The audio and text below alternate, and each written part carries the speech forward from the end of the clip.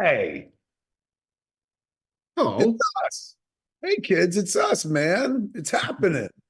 We're gathering.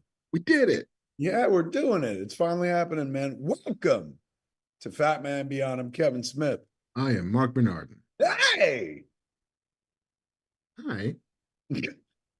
I'll be bringing all the energy. So you're zigging, I'm zagging. Yes, I'll bring the energy, and Mark will talk about the Acolyte. How is everybody doing out there? Welcome to this holy day of obligation in my church. Jason Muse's birthday. Jason Muse, the eternal child, turned 50 today. Oh, wow. Yes, yes. Remember when everyone was like, "Man, Mick Jagger's still getting up on stage, and he's 50." Like, what the? Well, Chainsaw Bob still. If you think Mick is still going to be doing this when he's 50, you're out of your minds. That was one of my favorite moments in Almost Famous, and it lived in my heart when I was making the 4:30 movie, which is set in 1986. There are so many of those jokes in there. Like it'll people, the critics will probably hate the fuck out of it because it's like, like he fills it with like, boy, nothing good will ever come of that and shit like that. But I Jim was very Carrey's going to still be doing rubber face gags when he's 50. You're out of your gourd. but I fucking homage that movie while I was making mine. Like that's the fun of doing a comedy set in a different time space, right? You're able to play with time. These characters don't know the future. All right, enough about that. It's fucking remedial writing. You don't need to learn that from me, man. Fucking Chuck, it's your cousin Marvin. I Get forward. don't know if you guys are familiar with a little time travel movie called Back to the Future, but that was pretty on point right there.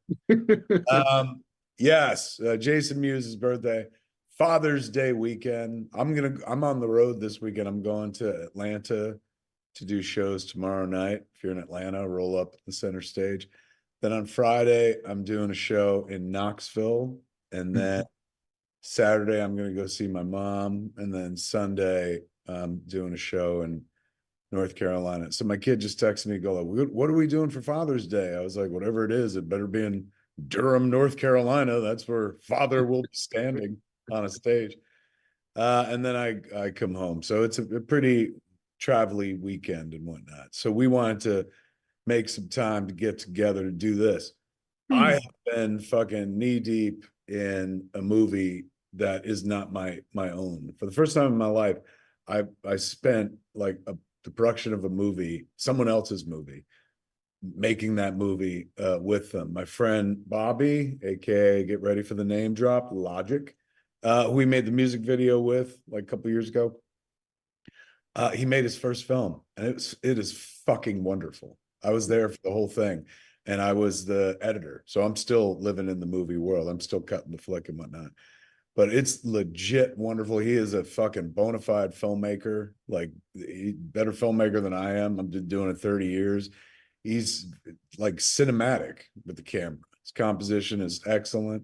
Um, he pulled together a cast, like he knows a lot of people and stuff, so that there'll be people but like me, he cast people like that he knows, and it was like if I was ever making a movie, I would put these people. Like the second lead of the movie, Tremaine. Like I remember when Logic was like explaining the movie to me, like right here in this room.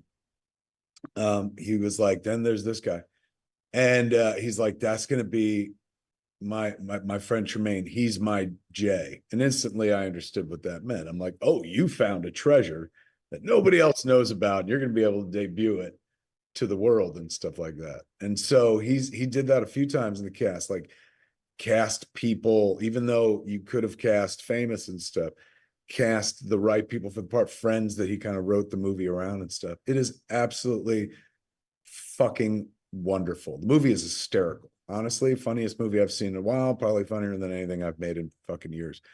And I was so like, going into it, I was like, I'm pretty sure I could edit the movie. but I've only historically edited my movies, and I only shoot the amount of coverage that, you know, it takes to like put a scene together. So I was always like, I don't know if I could just edit somebody else's movie from scratch. And the rationale was like, well, I'll be on set for everything. So when I see you guys shoot, I'll be able to know how I'm going to put together. But by day 3, I was just buried in the edit. He didn't need me on set whatsoever, man. It's like I was there to be training wheels, but you can't put training wheels on a fucking 747. That dude just took off straight into the sky. So instead, I went right to editing. I'd edit on set. At one point in the movie, you could see me editing in the background while the movie is fucking playing and shit. So it was delightful to edit somebody else's movie, and I continue to do so. I was just doing it this morning as well. And I was delighted to discover that, oh, you can edit somebody else's movie. Like the shit that I'm always like, I could never do that. Like, turns out, like with 30 years fucking experience, I could. So at the end of the day, like, you know, could be I acquired a skill by accident. And so I don't know, it was thrilling to be there for an artist. I mean, this guy who's an artist in a completely different field, who's already dominated and conquered in that field, move over, transition to another art form. And he was like a kid, man. Just everything excited him. Everything was like, oh my God, that looks exactly like I hoped it would look like. Being around that energy was wonderful. You know, I have historically been the most positive, wide-eyed with wonder person I've ever seen on a movie set. You know, and I'm 30 years into the job. He beat me. He was having such a better time on his first movie than I've had, like maybe on any movie I've ever made. So it was real education, but like, you know, once you fall into a production, you fall into it. So my head has been firmly lodged up the ass of Logic's movie. Delightfully so. I don't know if you ever announced the title, so I don't know if I'm allowed to say it. Maybe if somebody says it in chat, I'll be like, okay, it's out there. But fuck, dude, it was absolutely, what a great use of my time. I'll tell you this much. This is what I walk away. I walk away with a lot of lessons, but one thing I'll use heading into my next production is like on my flicks, like I'm always like, let's hurry up, get this done as quickly as possible. I'll get everybody off the clock because I feel embarrassed that everyone's forced to make a Kevin Smith movie and stuff. So generally I try to end the day as quickly as possible. And, you know, I'm like, well, that's good for everybody. People like to go home early. In the future, man, I will do what he did, which is like, he would just do cool shots just because they're cool shots. It wasn't about like, well, this will help me tell the story. Sure, it will fucking buffet the storytelling, but you know, it was like, it was a gorgeous shot down a hallway, a spinning shot that you need like a special head for. It's called the Trinity. And you know, in my world, I would have been like, if I had the idea to do a cool shot, I'd asked.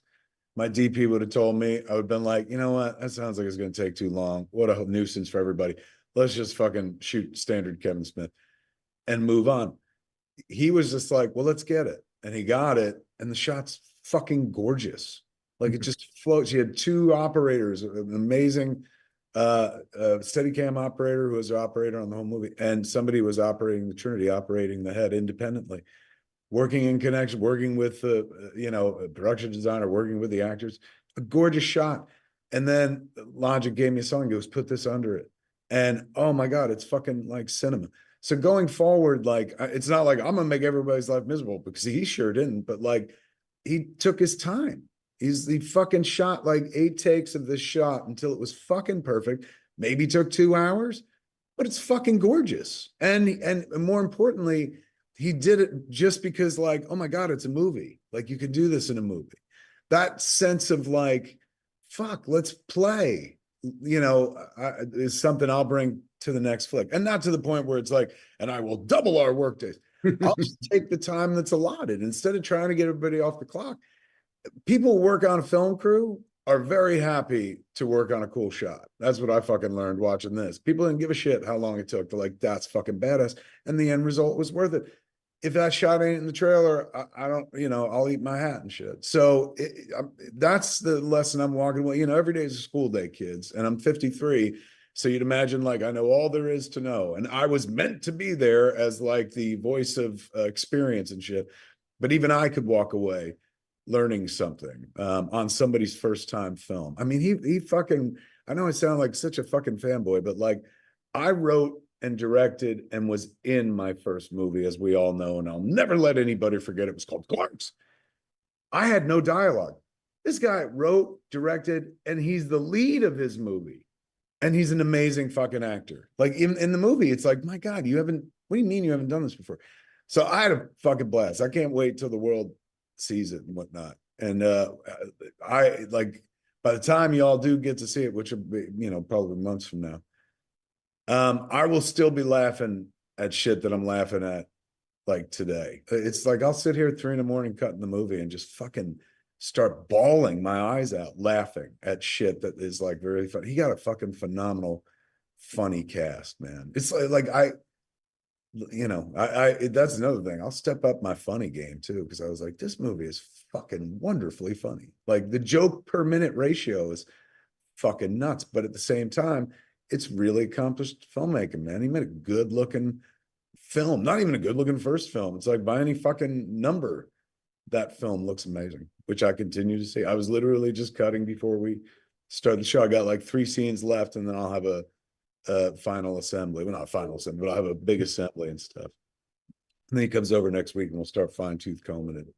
But man, oh man, thrilling to watch another artist like come into his own. By day 3, he said the cutest thing, man. Like I showed him some cut scenes and he was watching it and he was just like, this is what I was meant to do. He's going, I already know what my next 5 movies are. And I was like, that's fucking phenomenal. So that's where I've been. And it's a long way of saying I haven't seen anything. I didn't see The Acolyte. I didn't see nothing. I will say this though. If anybody wants to talk about Under Paris, the Netflix French shark movie, I can do that. For some reason, like that's the only thing I've watched in the last like month where I was like, let me divert from, pull my head out of the ass of the movie and see what's going on. And there was a whole ass movie about Jaws in Paris. And I was like, how the fuck is that? Will be talked about on the next Fat Man Beyond. So we'll be talking about Under Paris. Did you see it? I have not seen it, although I know it exists, and I'm like, I should probably watch this. We'll talk about why it's a good use of your time later on. What have you been up to, Bamf. my friend? Oh, Bamf, man. Did you watch Under Paris? I didn't, but I couldn't help but notice you kept saying your head was up the ass of something, and I thought that was a good time to put a tushy to use. Oh, Jeff's fucking kiss to Banff, man. He's absolutely right. Kids, when your head's up your ass, as mine has been up the ass of this movie for the last fucking month and whatnot, you got to clean that head when it comes out. Best way to clean anything when you're going in the bathroom is Tushy. That's right. Tonight's sponsor for Fat Man Beyond, good folks at Tushy. Folks, do you know what Tushy is, for heaven's sakes? Give a break from wiping, kids, and get dad to join the 2 million butts who already switched to Tushy, man, for Father's Day. For a limited time, our listeners are going to get 10% off their first bidet order when you use the code FATMAN at checkout. That's 10% off your first bidet order at hellotushy.com, HELLOTUSHY.com, with the promo code FATMAN. Tushy wipes your ass. I don't know how else to say it, man. Are you done with the tyranny of ass wiping? As big toilet paper got you in a fucking bind? Fuck them. Now you can go with Tushy. I got the power blower here. So Mark, you take over. I'll mute for a second. I mean, if you are anything like me, you have been buying Father's Day presents for your dad for almost half a century. And if you're also anything like me, you've bought all the ties and shirts and mugs and sort of tchotchke t-shirts that you're ever going to buy. But you know what it's worth thinking about? The fact that nobody destroys a toilet like dad. And did you know men spend over twice as long pooping? That all that wiping and straining can cause hemorrhoids, and toilet paper only makes it worse. So give that guy a refreshing shortcut with a Tushy bidet. Washing with Tushy's precise, clean stream of water soothes dad's booty through constipation and summer swamp ass while removing 99% of the poop particles furious wiping leaves behind. Got a 3-stream nozzle for a total clean, a new air mesh bag for discreet travel and faster dry time, New anti-corrosion carabiner and keyring for ultra durable performance, and it comes in 5 new colors in case the color of your bidet is really impactful upon your life. It's that time of year for spring cleaning. Spring cleaning, and what better place to start than with the clean butthole? And if you're looking for a more permanent bidet at home, Tushy's got the absolute best options for bidets that attach to existing toilets. It even connects to the same water source as your sink and shower. So easy to install, anyone can do it under 10 minutes, and those 10 minutes will truly change your life. Wiping with toilet paper just smears that shit around and spreads bacteria around, causing chronic infections down there like hemorrhoids, UTIs, yeast infections, and the best 2 words ever put together to cause pain: anal fissures. So, Tushy bidets are easy to use. Just sit down, relax, turn the knob to spray a precise stream of water at your butt. Every Hello Tushy bidet comes with a 30-day hassle-free return and a 12-month warranty.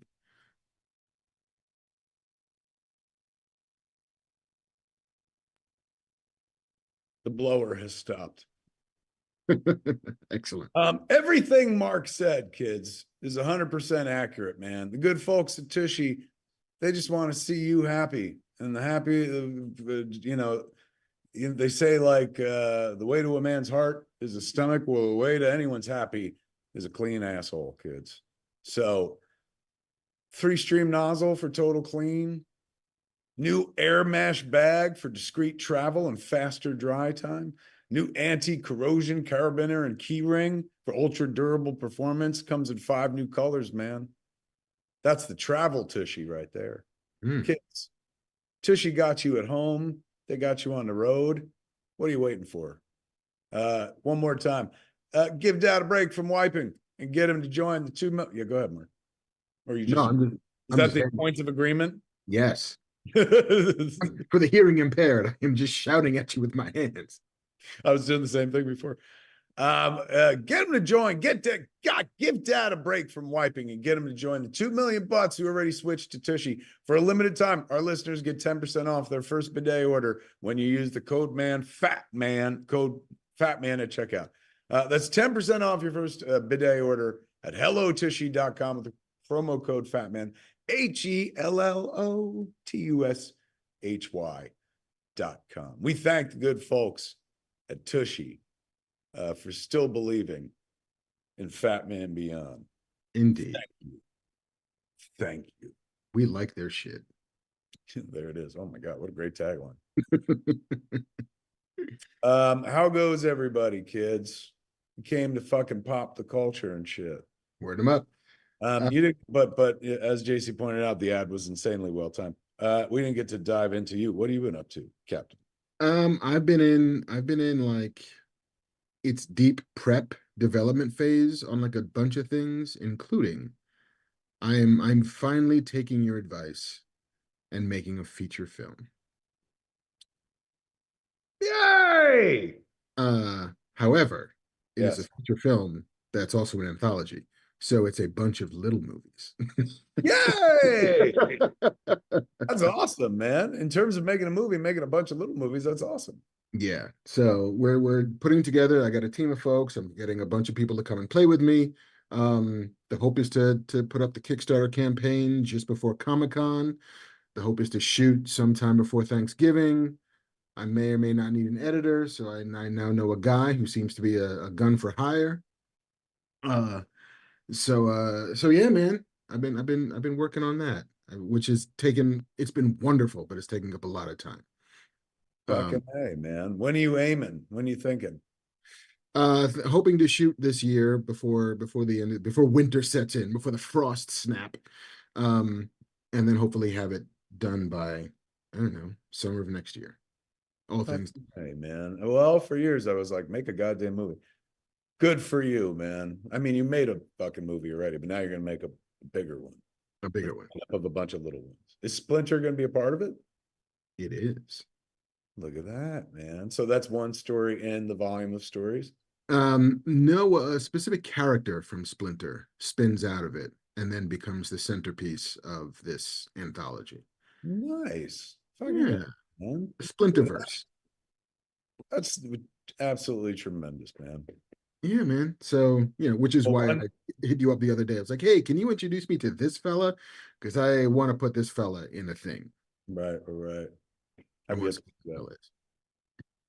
that. I will try to hook you up with said fella. Said fella. Cinder fella. Cinder fella indeed. Well, that's fucking dope, man. Good for you. You know, just trying to be like you, Dad. Well, then just fail constantly. Well, that fucking rocks, dude. Yeah, That man. that's in addition to fucking the regular duties of being Marc Bernardin. Trying to make a thing. I also got a comic book coming out next month. I don't know if you can see this. Uh, did it all fall out? Census. Census. Yeah, Yes, keep this it on your was. body, then you can see it. I know. This is it was a Comixology original online book that's been collected, and it's now a fancy trade paperback with pages and shit. Coming from Dark Horse next month, I think the 17th of July, but I got a big box of these early, so I'm just showing it off because I like touching actual comic books. Comic books make me happy. Beautiful book right there, man. Yeah, man. So that's me. That's me. That's what I've been up to. Just fucking the document production business. You know, pitching on shit, writing Bibles and outlines and scripts and all of it, which is great. This is the dream. This is everything I ever wanted. Same. I've got a couple things in development. Uh, Mm, but outside of my area of, well, I hesitate to say expertise, but more TV oriented stuff. And it's, thank God I got my own stuff to occupy me because that world is very hurry up and wait, as you well know. But doesn't mean you can't try. I feel like my advancing years, and I've been around for fucking 3 decades in pop culture. I feel like I feel everything constraining. I feel, yeah, I feel shrinkage. And it's, that you can point to any number of factors and stuff like that. Um, but it's not like a fucking horrible thing where I'm like, oh God, what do we do? It's, to me, I guess it's just kind of natural. It's like, and it's also happened over years. It's like slowly goes like this. And it goes slow, not because like I've maintained the interest of those who started with me. New people come in, old people jump off and stuff like that. But everything, I can't even say what goes up must come down because like I don't know that I've ever gone up. But yeah, I do feel like I'm in a phase of my life where I'm like, oh, I should really start making some choices about like how to continue, like how best to continue using my time. Hmm. So the TV stuff I'm working on like is fun and satisfying, and if any of them pop, to be like, yay, fucking this would be great. But it's also kind of like, well, maybe this will work. Maybe this will keep me around for just a little bit longer. But I like, I can see it with like the touring. I got 3 shows this weekend, and 2 of them are half sold. One of them is like 80% sold.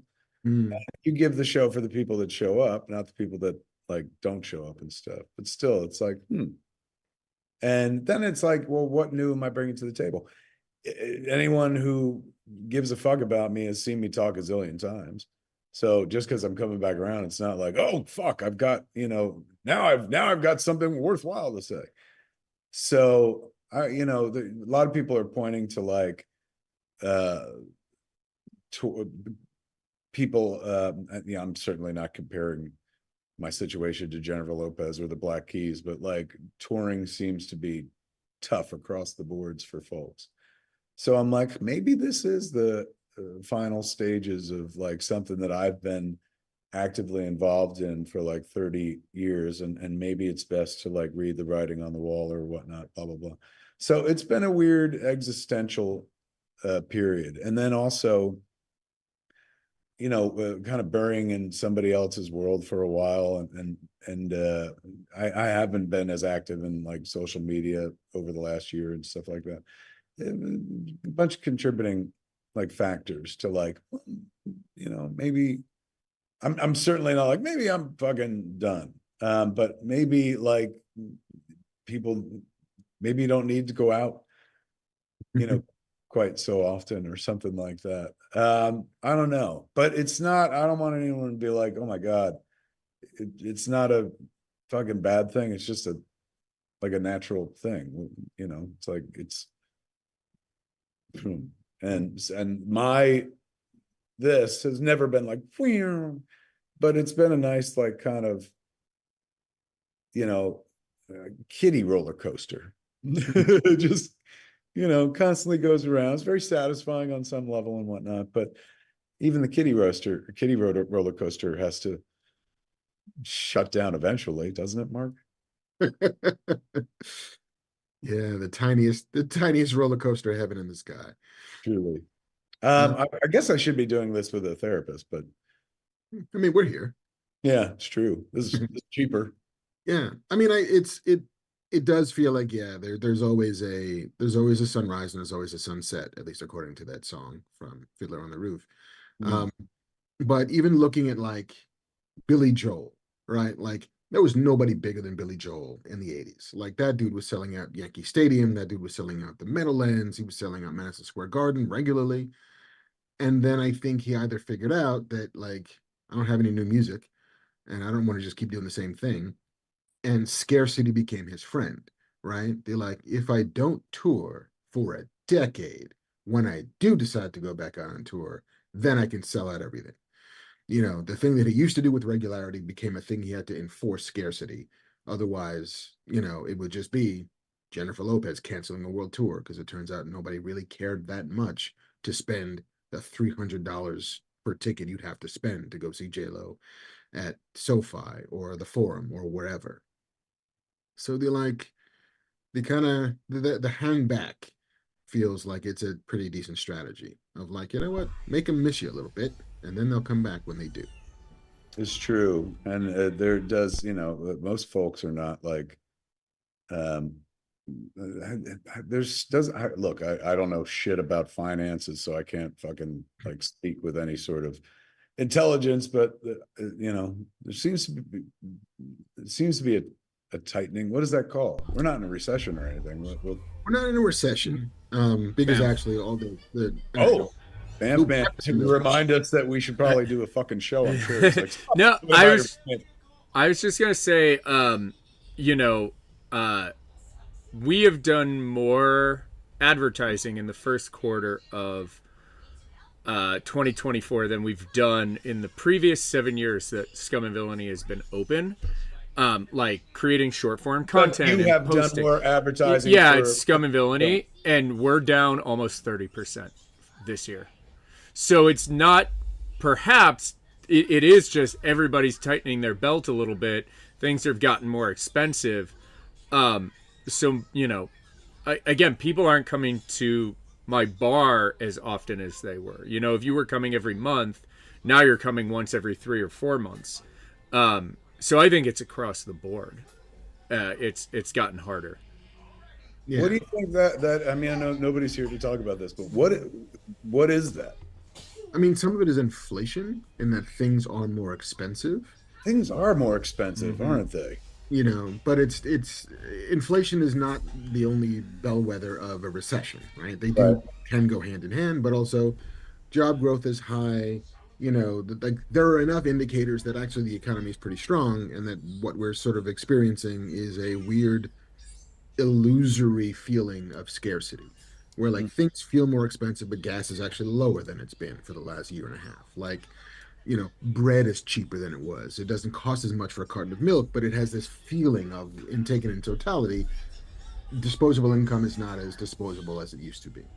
And so I think that everybody, to your point, across the board, especially in California, where we are still experiencing a relatively Southern California, a dip in employment because the strikes and COVID and all of that stuff hit the entertainment industry really, really hard.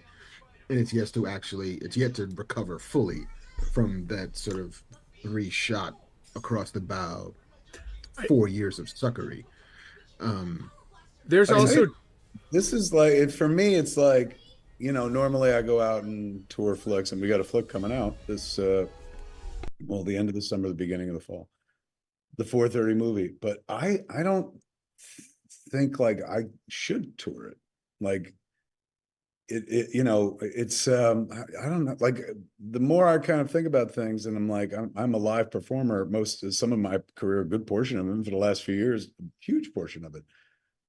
But like maybe it is like time to think about, like, not everyone's got the fucking loot, and I'm not doing anything new. You know what I'm saying? I mean, yeah, I'm talking about newer things, but like at the end of the day, it's like if you've seen me stand on a stage with my cap on backwards and fucking curse and talk about things, and you know, why would you want to do that when it's like, hey man, I've got I got some I got some bills to pay and shit like that.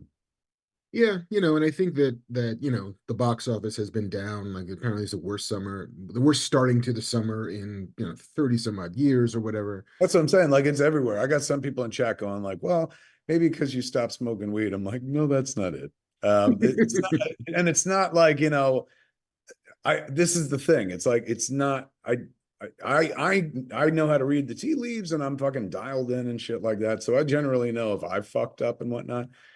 This didn't seem like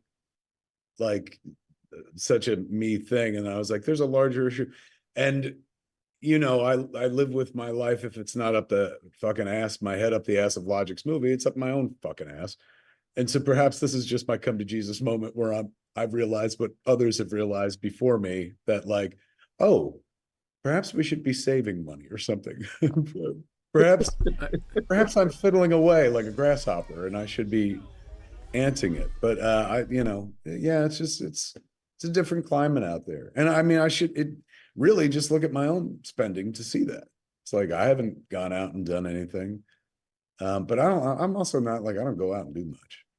Thank God for Brett Deacon at 40X. It's the only time I leave my house is when Deacon's like, hey, you want to come watch a movie? I'm like, fuck yeah. Yeah. Do I have to pay for I'll where do I have to go? 5 blocks.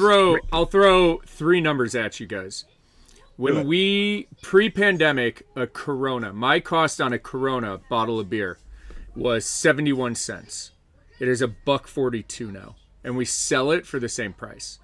My cost for trash pickup in Hollywood was $240. It is over $700 a month now for trash pickup. That's a city thing that's tripled in price. Is that? I mean, isn't it? God, I'm going to show my ignorance. Isn't that part of our taxes? Like, do we? Over 7. Oh, my trash pickup since 2021 has tripled. Is that for a business? Like for the business. You don't pay for a garbage man, do you? Yeah, we don't pay specifically for a garbage man, but for the LA Department of Water and Power, it's a part of that. Is the pickup, and that can fluctuate. JC, you pay above that? We pay $700 a month for trash at Scum. We pay welcome to Old Man Babylon, kids. Old Man Beyond, where we don't talk about comics anymore. We just talk about how hard and expensive. Dude, last episode that you weren't here, we opened with 20 minutes on colonoscopies. Oh my God! No wonder we don't have the youth vote in our favor. Everyone's like, all your issues are not mine. We want a TikTok. What the fuck are you guys talking about? Like, looking at chat, though, there was a ton of dudes who were like, yeah, no, it's about that time. Oh, I did it. It wasn't so bad. Oh, you got to get the drink, not the pills. Oh, you got to. You got some useful advice. There was a lot of commiseration. So perhaps our audience is not the 23-year-old spring chickens we thought they were. And the fucking haggard, sad, white-feathered goose. Just like, man, they stuck it up my ass. I remember the day. Yeah, it's everything's like triple. Our insurance 3 times as much as it was 3 years ago. Tony in chat just said, Kevin, get back on Cameo. I am. Oh heavens, yes. Yeah, don't you worry about it. Banff man, get back here, man. We gotta find out. So you're saying you can even feel it in the bar. Yeah, well, and I can't double the price of a Corona just because my price doubled on a Corona. I can't really pass on. In January, we raised our price on blue milk for the first time since we opened from $10 to $12. That's the only price we raised on anything.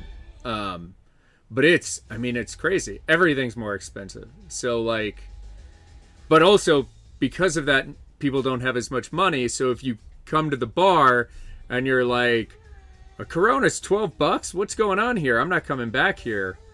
So it's like a weird balance. Sorry. Also, if you hear noise, my daughter is watching Spider-Man just right over here. So that's what people are complaining. Get away with that on. Nobody's going to judge her for that here. She's the youngest person here, clearly, so she's in touch with the youth. Yeah. We need it. Fuck, turn that up.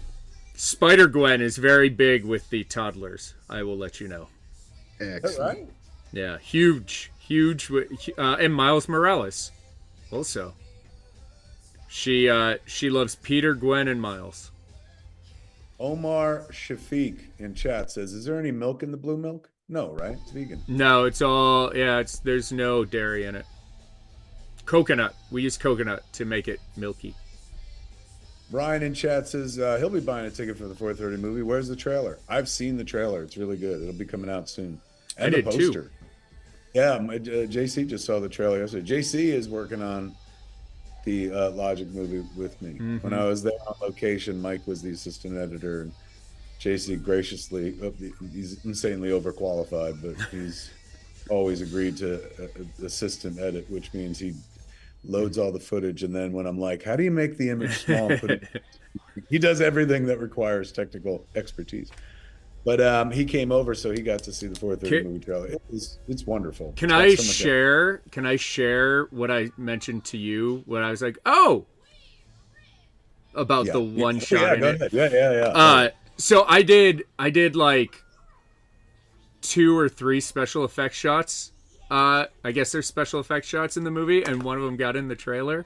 So Kevin was showing me last night. I was like, my shot made the trailer. It was very, very exciting in the most nerdy way. Isn't it in a weird way where you're like, oh my God, I did that. Someone's Mark Duff said, who's playing the tunes? It's Spidey and his amazing friends in the background. My daughter's watching it. My wife is not home yet, so Nerdtropolis in chat says exclusive trailer drop, please. If we show the 4:30 movie trailer on this show, they will flag our show. We've never been able to show. I don't know why. Every other pop culture show shows trailers and they pause them and talk about them and stuff, but for some reason we do it and they're like, you're not allowed to do that. Yeah, who are you? We've done that. We've showed trailers for our own things. Yeah, and gotten fucking notices back from YouTube going, Are they going to put the trailer in front of Deadpool Wolverine? Oh God, wish. Maybe. I mean, it's so weird. That was the thing that mattered back in the day, right? Fucking trailer placement. I remember when Quentin okayed us having the Clerks trailer on the Pulp Fiction print. It was the trailer that was married to the print when it went on to 1,000 screens, when it had that crazy historic art house release. And that was because oh my God, all these people are going to be in the movie theater. But now we live in the era of the internet where nobody sees a trailer in the movie theater for the first time. Now it's all about watching it on your phone. And believe me, I'm not complaining. I'm not it was better when we were younger. I honestly, as somebody who likes to watch trailers, I prefer that I can watch them fucking as quickly and as often as I like. You're talking to somebody who paid to see the fucking Batman trailer in 1989, a couple times, paid to see other movies just to see the fucking Batman trailer. So I prefer a world where I could see it on my phone. Of course, yeah, but there's something, and maybe it's the Gen Xer in me, because we were the last audience that did have to go to the theater to see trailers, that I still get there early enough. I'll still get there 20 minutes early just because they're going to start rolling trailers, even though they now roll trailers when the movie's supposed to start. So there is no getting early. per se, but I'm like, yeah, I gotta see the trailers. If I missed the trailers, it wasn't a complete cinematic experience for me. Isn't that funny? That's just built in from fucking childhood, man. Yeah, yeah. I always remember my dad didn't give a shit, but I desperately did. So there was this constant battle between how late are we going to be, and I would lie to him about when the movie started so that I could be sure to get there early enough. Are No, we still? Oh, JC fixed the echo. Apparently, we were echoing for a moment there. no, were we? Um. All right, enough fucking old manning it. Yeah, Uh, under let's Paris. let's talk about fucking pop music. Talk about pop music. Shoo-be-doo-be-doo-bop. Bop bop shoo-bop. Yeah, that's a song the kids love. That's why nobody's coming out to the shows. You're like, yeah, keep fucking covering pop music with your mouth, you dick. Let's stop talking about old man shit. Go back to being silent, comma Bob. I'm like, ooh, ooh. And The name that built me is now the name they use to roast me. I'm the hell of my own Megan. Hey, DS Man in chat said, did you actually quit your job at Domino's to go watch 1989 Batman? And it made me think of a story I had too. So did you actually quit your job? I mean, quit. I never went back. They had a bunch of us working and they were training us. That was my first day of training, June 23rd, 1989. I remember that day because that's the day the movie came out. And they made me wear fucking slacks. You know, it was the worst. And they put a thing on top of my fucking car, like a little suction thing that said Domino's and shit. So there I am wearing the shirt and the fucking slacks and the hat, worn the right way, couldn't wear it backwards and shit like that. And they had 6 of us training, and it wasn't busy that night because this is crazy, but the whole world went to see fucking Batman. So they didn't need as many people. And as soon as I heard the boss talking about like, we're going to send people home, I was like, I'll go, because I knew I was working at a Domino's that was 2 parking lots over from the movies at Middletown, where both Brian Johnson, Walter Flanagan were going to see, and Ed Hapstack. I don't know, would Jason be with us? Probably not. They were going to go see Batman, and he was like, I'll hold you a seat. And I was like, I'm working. And this was the days before the fucking cell phone. So I couldn't text him and be like, hey, I could go. I had to fucking find a payphone to call the home phone and hope somebody passed on the message that I would meet them at the movie. It was very fucking convoluted and shit. But yeah, I didn't go back to Domino's. I never went back after that. I was like, just like Batman, I ain't ever going to work at Domino's. And I never went back. It reminded me of a story. When I first moved to LA in 2007, I got a job like straight out at CBS. I worked at CBS Television City on like Fairfax and Beverly there, and it was a grueling job. And I was like, hey, can I have one day off to go to the Star Wars convention in May? Like, I just want a Friday off. And I was working like 14-hour days. And they were like, nope. And I was like, cool, I'm done. And they're like, you're quitting to go to the Star Wars convention? I was like, yeah, I'm done. And I left because I wanted to go to the Star Wars convention. Like, it was more important. That's commitment right there, man. And as you walked away, they're like, fucking loser. Yeah, yep. And yet here you are, you own the fucking world's hottest fucking theme bar in the heart of Hollywood, California and shit. And you fucking, how many, you must have, I mean, I don't, if you shoot famous people, it counts as, and not shoot them like, but like, if you film famous people, that counts as meeting them, right?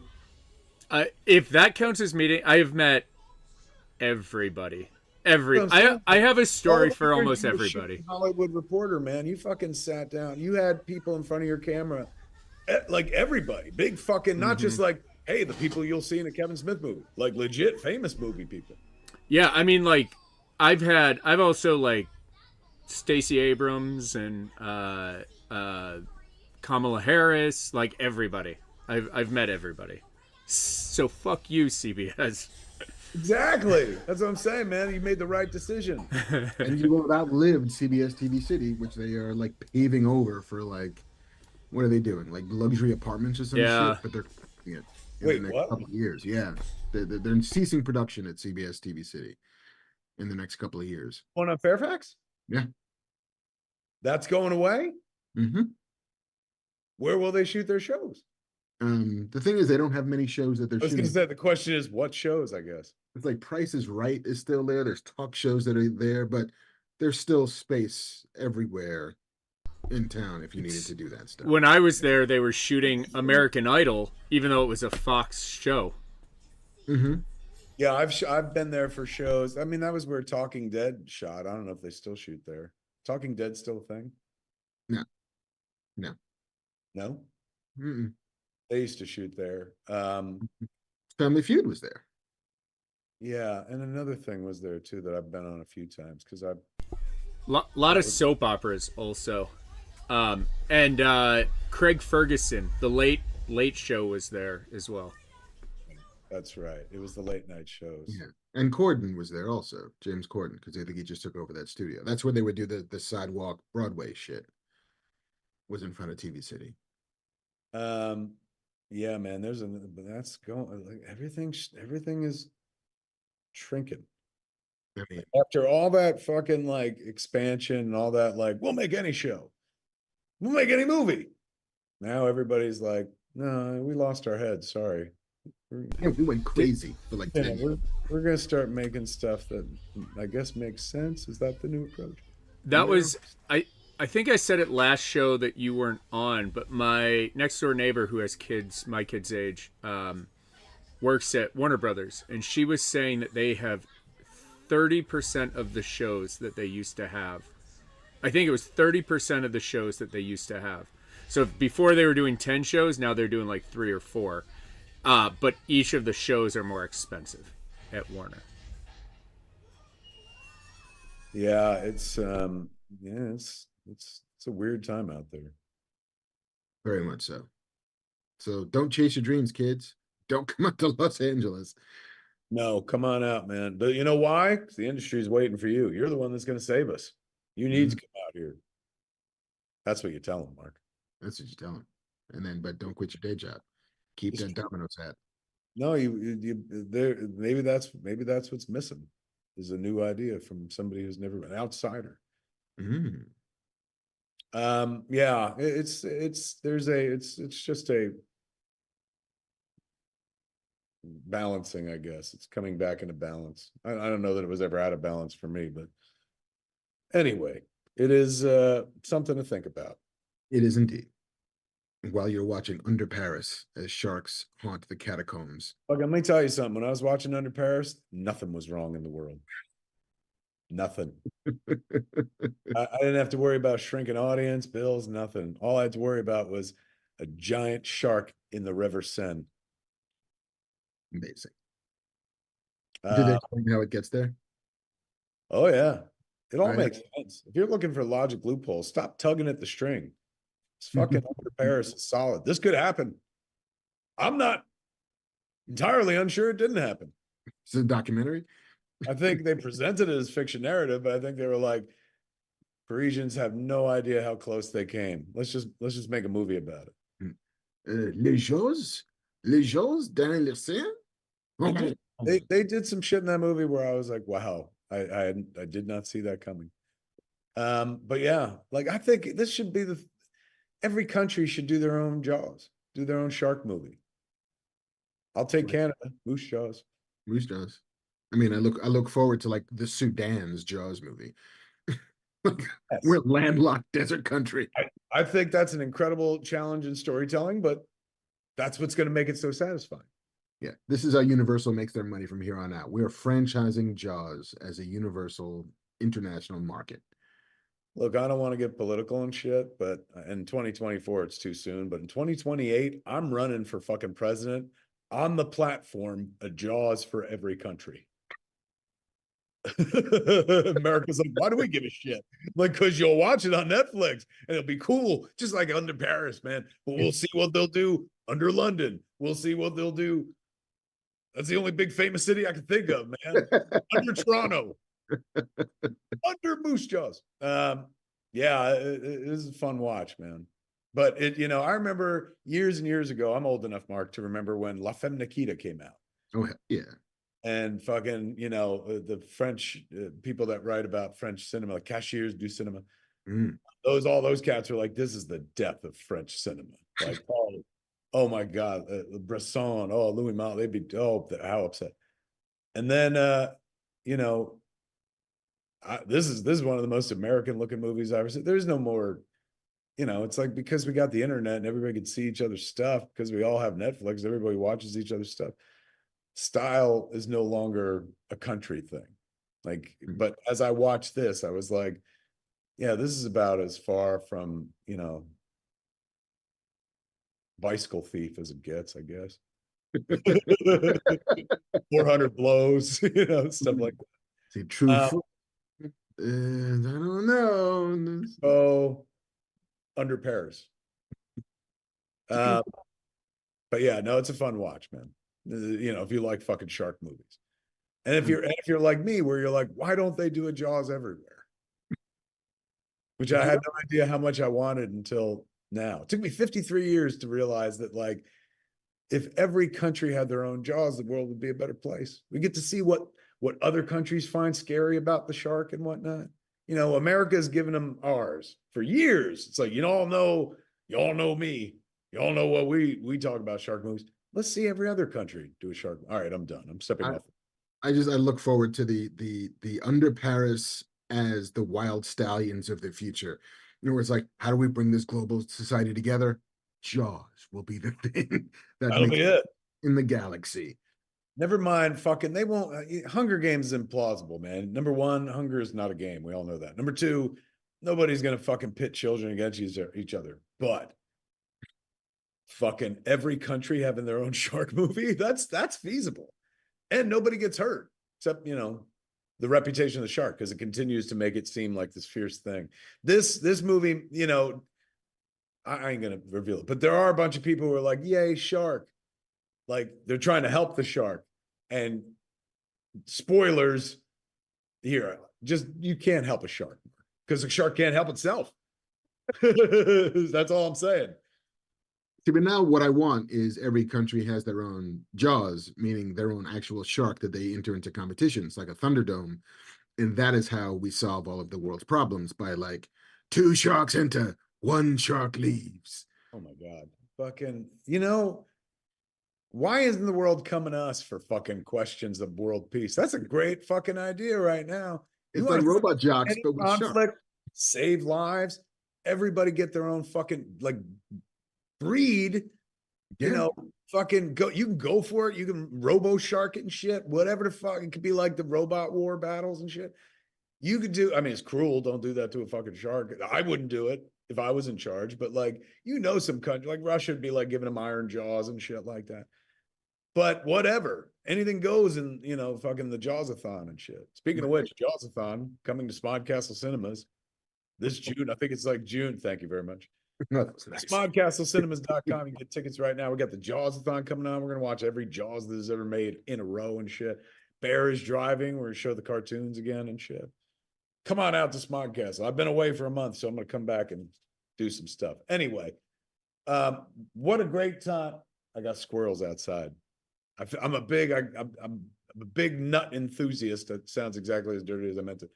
I own my own little fucking we call it the Peanut Gallery Cafe, where every morning I fucking put out peanuts and put out bird seed and then watch all the wildlife come and hang out and shit, and try to keep the German shepherds away. But I just saw a squirrel like show up looking through the door, and he never saw me doing the show before, and he's like, so that's what goes on. That's how you buy all these nuts. I love how you moved out of the house and moved into the house as a completely different person. You're like, you know what? I have a nut farm right in the corner, and I love to watch the squirrels. I do. I'm telling you, I'm like, I'm the old man era of my career, because now I'm just like, that squirrel's pretty interesting. Let's see how he'll look at him balancing on the chair. Look at him opening that nut. He's using both hands. Maybe for the first time in 30 years of a career, I've had a chance to, like, slow down and smell the squirrels or something like that. Stop and smell the nuts. Got him. Yeah, exactly.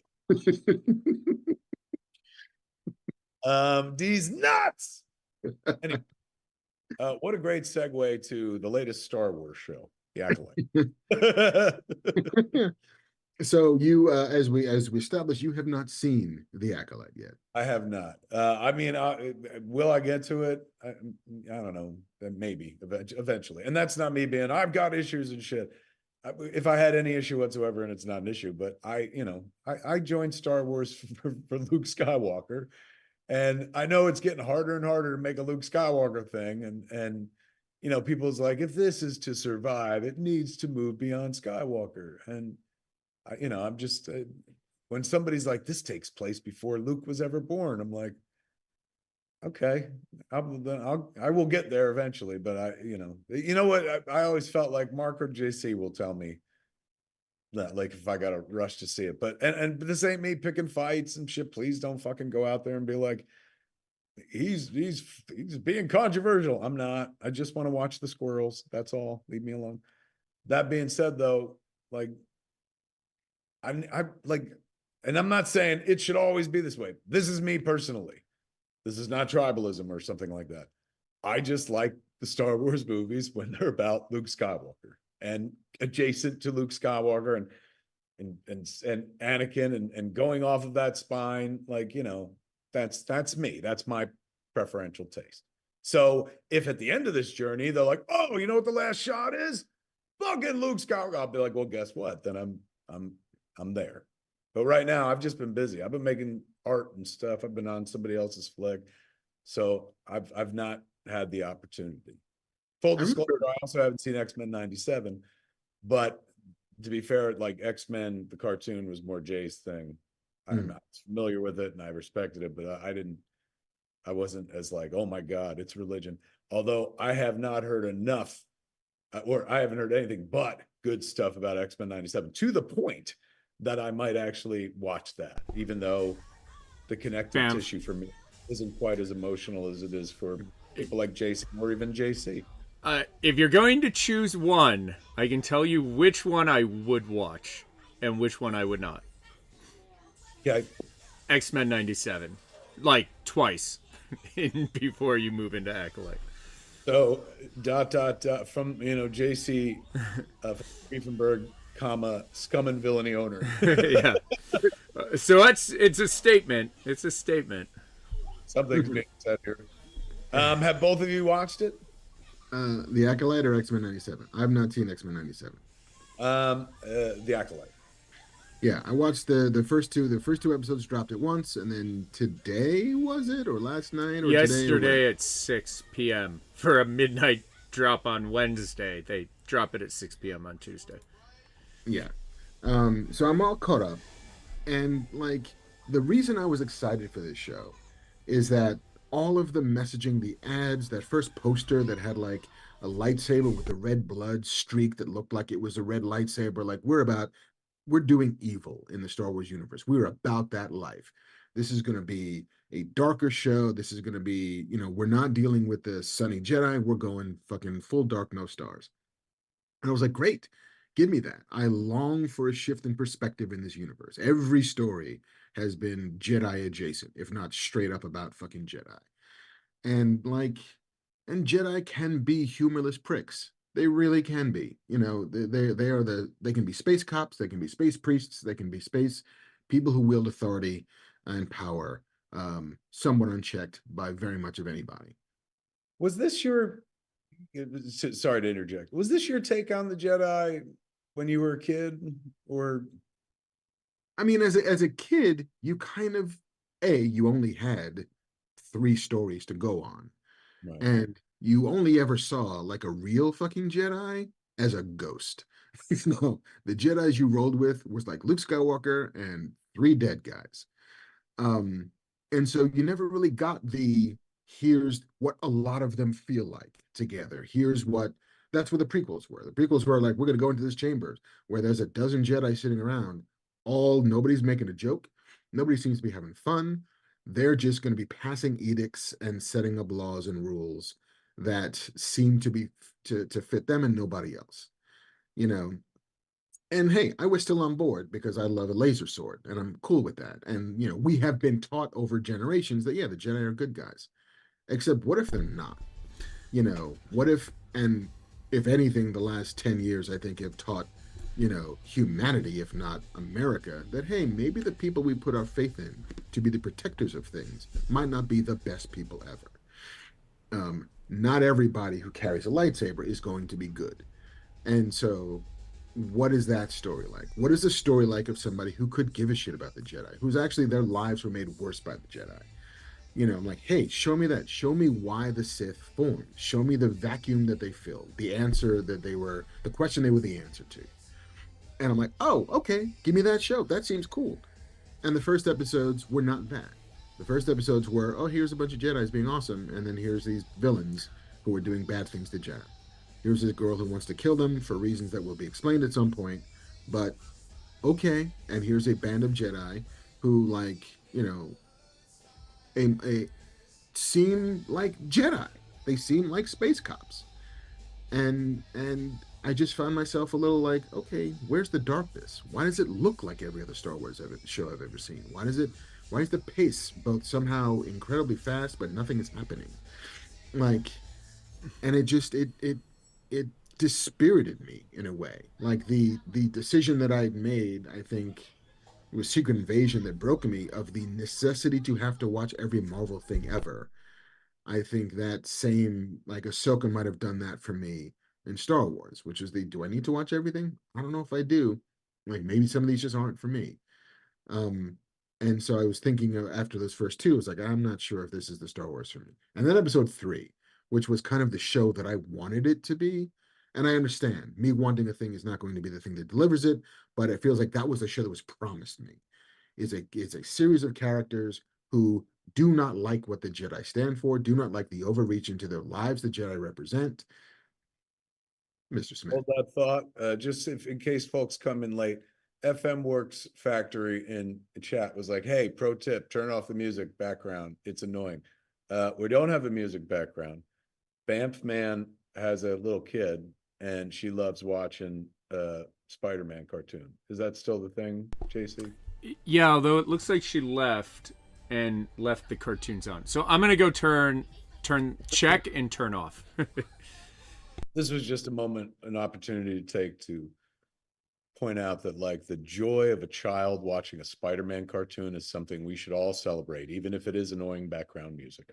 Indeed. Do not stifle play. Yeah, don't stop, please. Back to you, Mark. Yeah. So like it seemed to be the show that had been promising all along. A coven of witches who have a connection to the through line or the thread, I think is what they call the force instead of the force, who just wanted to be left to their own devices and like we're gonna have our own society. We are not a part of the Republic. We do not pay taxes. We do not do the things that you have to be to have the Jedi roll in as if they have authority in our lives. And I think that suddenly the show got interesting to me. Suddenly it became, oh, but what if? What if we're from the perspective of the Jedi aren't great? What is the everyone in chat keeps talking about the string, the thread. That's the thing that this coven of witches, which is headed up by Jodie Turner Smith, I think her name is British actress, and she's wonderful. But she talks about the thread that binds the universe together. She's basically using the same language and verbiage as Yoda or Obi-Wan needs to explain what the Force is, but they don't call it the Force. They call it the thread, and it allows them to move shit with their minds and telekinesis and so forth and so on. And so they're just raising a colony of witches, and the two of them, the two witches, the first born in a generation, grow up to be the women that Amanda Stenberg plays in the front story. And so like, yeah, all right, just give me that perspective. I feel the same way about Star Trek. It's like I love Star Trek, but we've been telling 50, if not 60 years of Starfleet stories, and there's a whole other fucking universe there. What's a Klingon story look like? What does a Vulcan story look like? Why do we just need to be riding with, the Space Marines or the Space Navy when we could be investigating these other cultures that are amazing and set up? And to be fair, like that's true. Like I was never a big Star Trek TV show back in the day fan, but I loved the Star Trek movies. Then when the Star Trek movies became the Next Generation movies, I went for the ride with those as well. just like, and they didn't have the threat of, hey man, look, fucking Kirk's here. I mean, they did eventually cross the school over, but they didn't like Force Awakens and the sequel trilogy had the Degrassi, the Next Generation approach, which is like, hey, the faces are still here, but here's a bunch of kids from the next generation of Star Warriors or whatever the fuck. And they didn't do that with Star Trek, and I still went for the ride on those Next Generation movies. Because probably the philosophy of that world and stuff. Like as much as I'm a big Captain Kirk fan.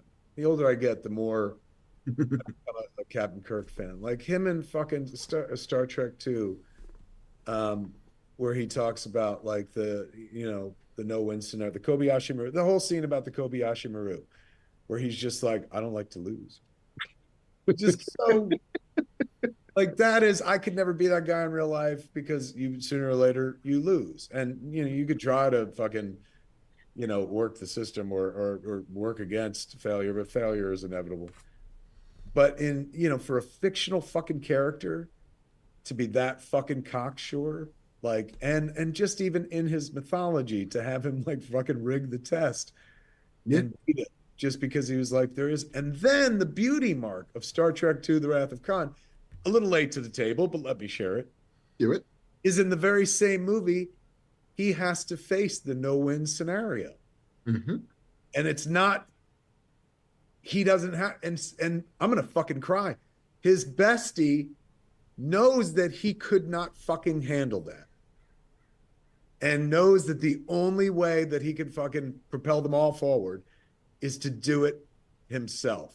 And thereby spares his best friend having to face the no-win scenario. But ironically, in the death of his friend Spock, Kirk then does have to face the no-win scenario because he can't bring him back until the next movie. I can't believe I'm star-splaining fucking.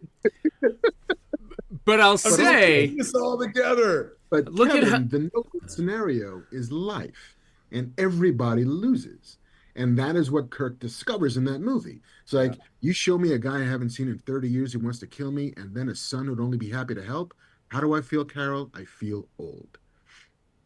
Like it's right on top of, I don't like to lose. Spock, what do you got for me? Like it all's right side by side. Like he's still the old gunslinger, but he's an old gunslinger. Yeah. And he loses. He loses his best friend. He's confronted with mortality for the first time for real. No matter how many red shirts he sent down to planets, no matter how many Yeoman Johnsons never came back, this is the first time he's actually like, I'm not going to get out of this alive because my best friend didn't either. What do you think of my solution? and more good writing, more good writing right there explained than in anything we've seen lately coming out of Star Wars. Well, let's not shit on one thing. Let's continue to elevate the other. Let's just talk about one of the, that is actually, like, honestly, one of the 50 best scenes in movie history. And it belongs to something that found its origins on the small screen at a time when cinema would look down on television. And yet within how many years of the end of Star Trek, the cancellation of Star Trek, to The Wrath of Khan? Star Trek was canceled in 69, I think. 70 maybe. Okay. And Wrath of Khan is like 82. Is 82. Yeah. So about 12, 13 years from the moment this failed TV show goes off the air, they recalibrate and provide cinema. Mm-hmm. With, in my estimation, is one of the 50 greatest fucking scenes ever filmed. Incredibly emotional, incredibly thrilling, the way a movie should and could be, total adventure, and yet human enough to understand. You know, three of us never went in a real battle or anything like that. A bunch of people probably watched Star Trek and were like, I was in no-win scenarios and stuff. That's powerful filmmaking right there. It really is. And like, it's the thing we talk about all the time is like, what's it about? Everything needs to be about something. A thing that isn't about a thing just doesn't have a center that holds. And so every scene in Star Trek is about Captain Kirk confronting mortality. Every scene, like it's easier to destroy than to create. It's, how do you feel? I feel old. Like, Kirk, my old friend. Like all of that shit is just all like a guy being confronted with the fact that he's not the man he used to be. Yeah. It's coming through now, Con. Yeah. It's like, and he looks at the glasses and they're broken, and he like, oh damn it, everything. And I'm so glad- when I look at a show like Acolyte and I'm trying to figure out what this show's about, like It ain't about fucking Star Trek or the death of fucking Spock. Let's stay there. I know. I was just gonna say, how do you know? What does Fat Man Beyond think about Acolyte? Well, we talked about Wrath of Khan for 20 minutes. This is not a comparison contrast. I'm not elevating one to put down another, but Wrath of Khan is just by virtue of the fact that we've kind of rolled into that conversation. They could have stopped Star Trek right there, but it gave Star Trek such brand new life that Star Trek kept fucking going. And I think it has everything to do with how brilliant Wrath of Khan is. Because that first Star Trek, the motion picture movie, you and I both know, did not set the world on fire. No. But Star Trek 2, even though it wasn't like it made $500 million, but it really captured imaginations and stands the test of time as incredible storytelling. Just a really well-written screenplay that, yes, plays upon affection and knowledge of characters that pop culture has known for a while, but you could take somebody into Wrath of Khan cold who's never watched a single episode of Star Trek, and that movie fucking works. Go. I was that person. I had You've never seen any Star Trek until Wrath of Khan? Yeah, me Star too. Trek Wrath of Khan is my first Star Trek. And it's the thing that buys you going back to the past. Like, oh, I want to see Space Seed because that's where Khan shows up, and I guess I'm watching more of the Star Trek. And Wrath of Khan buys you every Star Trek since. Like, if Wrath of Khan doesn't work, you don't make more more original series movies. If those movies don't work, you don't make a TV show. You don't make Next Generation. If Next Generation doesn't work, you don't get anything. Like, you might get a reboot much further down the line. You might get the JJ Star Trek. Maybe. But you don't get 400 episodes of Next Gen, DS9, Voyager, or Enterprise. You just don't. And that's what Wrath of Khan buys you. Such a great fucking flick. Love it to death. If we had another pandemic coming, I would say we should do a watch along or something like that. I mean, who needs a fucking pandemic for that? We could just do it. I guess you're right. I guess we don't have to fucking wait for a pandemic. Maybe we don't kill millions of people so we can watch it. I'm like, But hey, fucking, I many guess outweigh things the have to need get to- bad for us to enjoy a movie together. I guess we can do that any time. Anyway, all right, let's get back to the Acolyte. A lot of I people will say though, stop derailing Mark. I will. There was a quote from Matthew Vaughn. I remember he had a meeting with Kathy Kennedy about doing a Star Wars movie, and Matthew Vaughn's big idea was we should reboot this.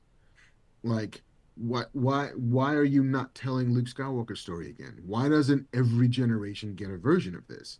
Like, I think his perspective was, I applaud your ability to mine everything out of this universe and to fill in the blanks and to build this vast tapestry of story. But I came here for Luke Skywalker. I came here for Darth Vader. I came here for Obi-Wan and Han Solo and Chewie. Why don't you do that again? It's been 40 years, 50 years since the first time you did it.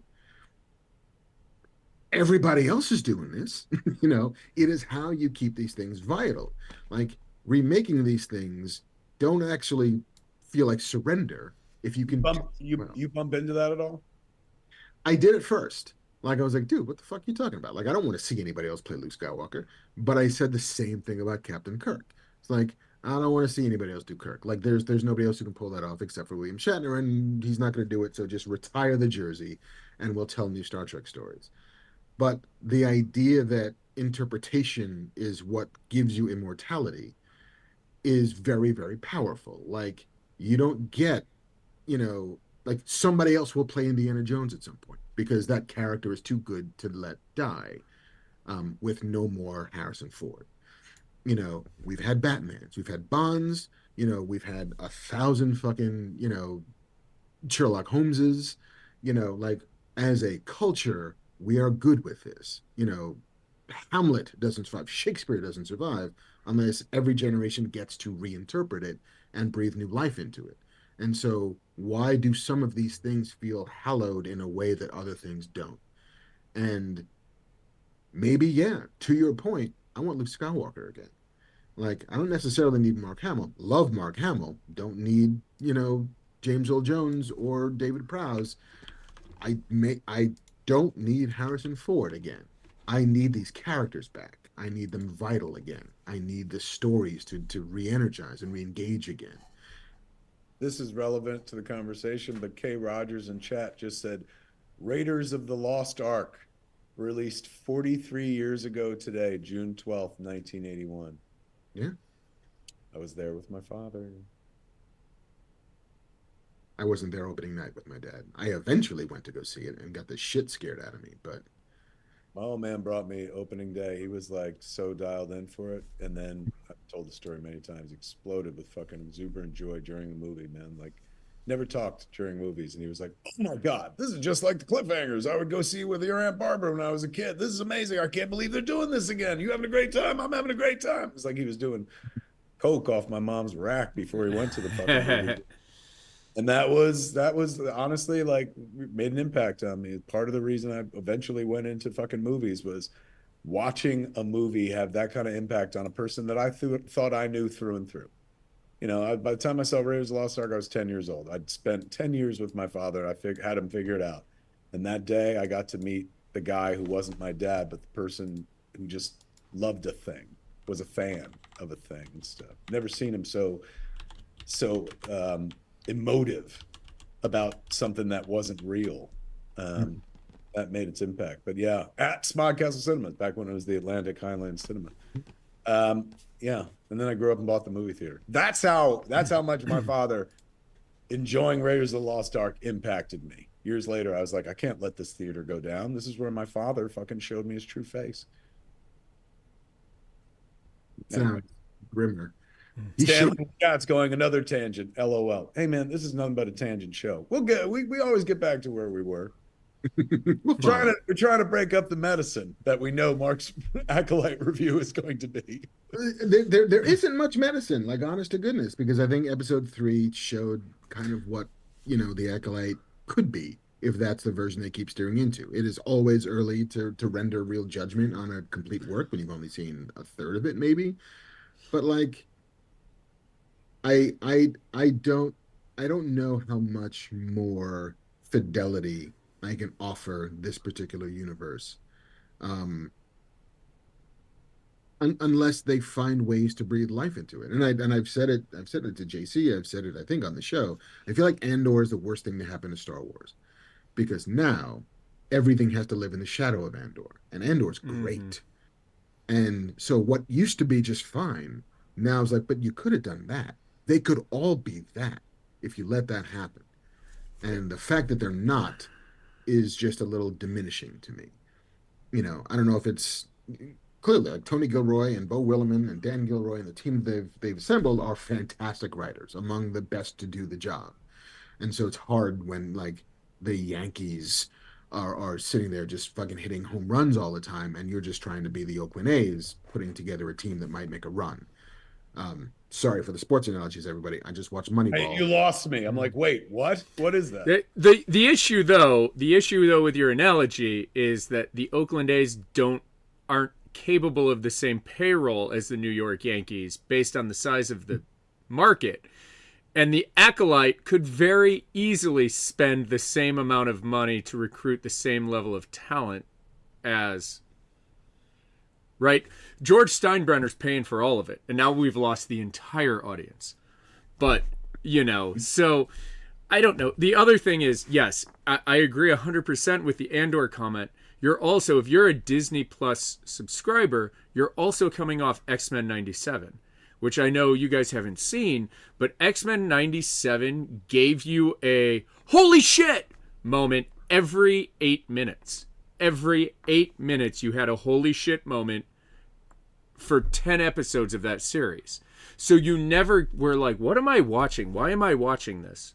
You're like, oh my God, spoilers, Jean's pregnant and Cyclops is at the UN, and Logan's got to drive her to the hospital. What's going on? And every 8 minutes, you got paid off on some of that like great X-Men soap opera-y drama, and I'm, an hour plus into the Acolyte being like, where's the first moment that makes me do the Leonardo DiCaprio meme at the screen? I did it 3 times per episode in X-Men minimum, and I'm now on episode 3 of Acolyte, waiting to go. And I eventually episode 1 and 2 of Acolyte were like reading the Steve Sansweet Star Wars Encyclopedia. Like, it wasn't terrible, it wasn't offensive, but it was like, here's a planet, here's some people, here's a spaceship. It was very like dictionary, encyclopedic, like this is a thing that happened, like a history book. And I'm like, what happened? People made fun of George Lucas for 40 years about his only direction being faster, more intense. And since George Lucas, everybody in Star Wars has forgotten that, including Dave Filoni. Like, we all watched Ahsoka. There was nothing faster or more intense in any of Ahsoka. So, like, but I will say, so I was not a fan of Acolyte episodes 1 and 2 at all. I was like, same thing with Mark. I was like, maybe I'm done. Maybe I don't need this. But then episode 3 was essentially like, hey, yo, the Jedi are baby stealers. They steal children. They steal children whether they want to or not. They manipulate children into making choices that maybe they're not old enough to make. Jedi steal babies. And you got to see that from the perspective of the people who didn't want the Jedi to take their kids. And that part was awesome. Like, it was awesome. It earned me, like, I'll watch the next 2 episodes because of that moment. And I also think that moment is what George was trying to do with the prequels, which was like, hey, remember the Jedi you watched in episodes 4, 5, and 6 who were Superman? They didn't make mistakes. They didn't say anything wrong. Like, actually, they were pretty arrogant, and they did make a lot of mistakes. And I think that it was interesting. This takes place 100 years before episode 1, where you start to see the beginning of that thread, right? That's going to lead to the point that Mace Windu, is all powerful and makes all the decisions along with the people in his circle room. So I thought that was cool. A lot of people in chat, spoilers, are griping about the virgin birth thing again, which, like, that's what episode's that? Episode 3. It's referenced. They did that in Star Wars, right? Isn't Anakin Skywalker a virgin birth?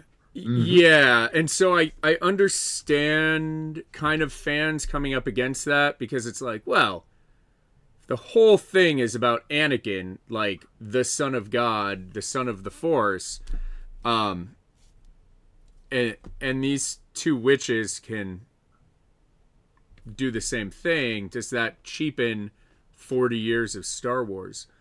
But even that, I felt these witches have a Gom Jabbar. Sadly, no, not that we've seen. They're not Bene Gesserits. I mean, how much witchcraft has there been in Star Wars heretofore? I mean, I guess, like, if you're a space wizard, a Jedi, you're witch adjacent.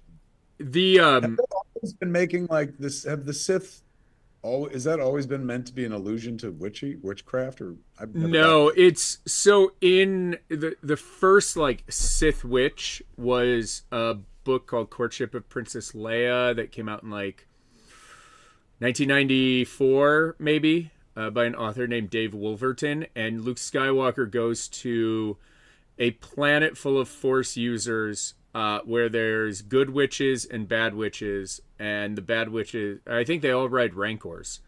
So that was the beginning of it. And then in Clone Wars, they mined that book for Sith witches, and then the Night Sisters, and then connected Dathomir, is that it?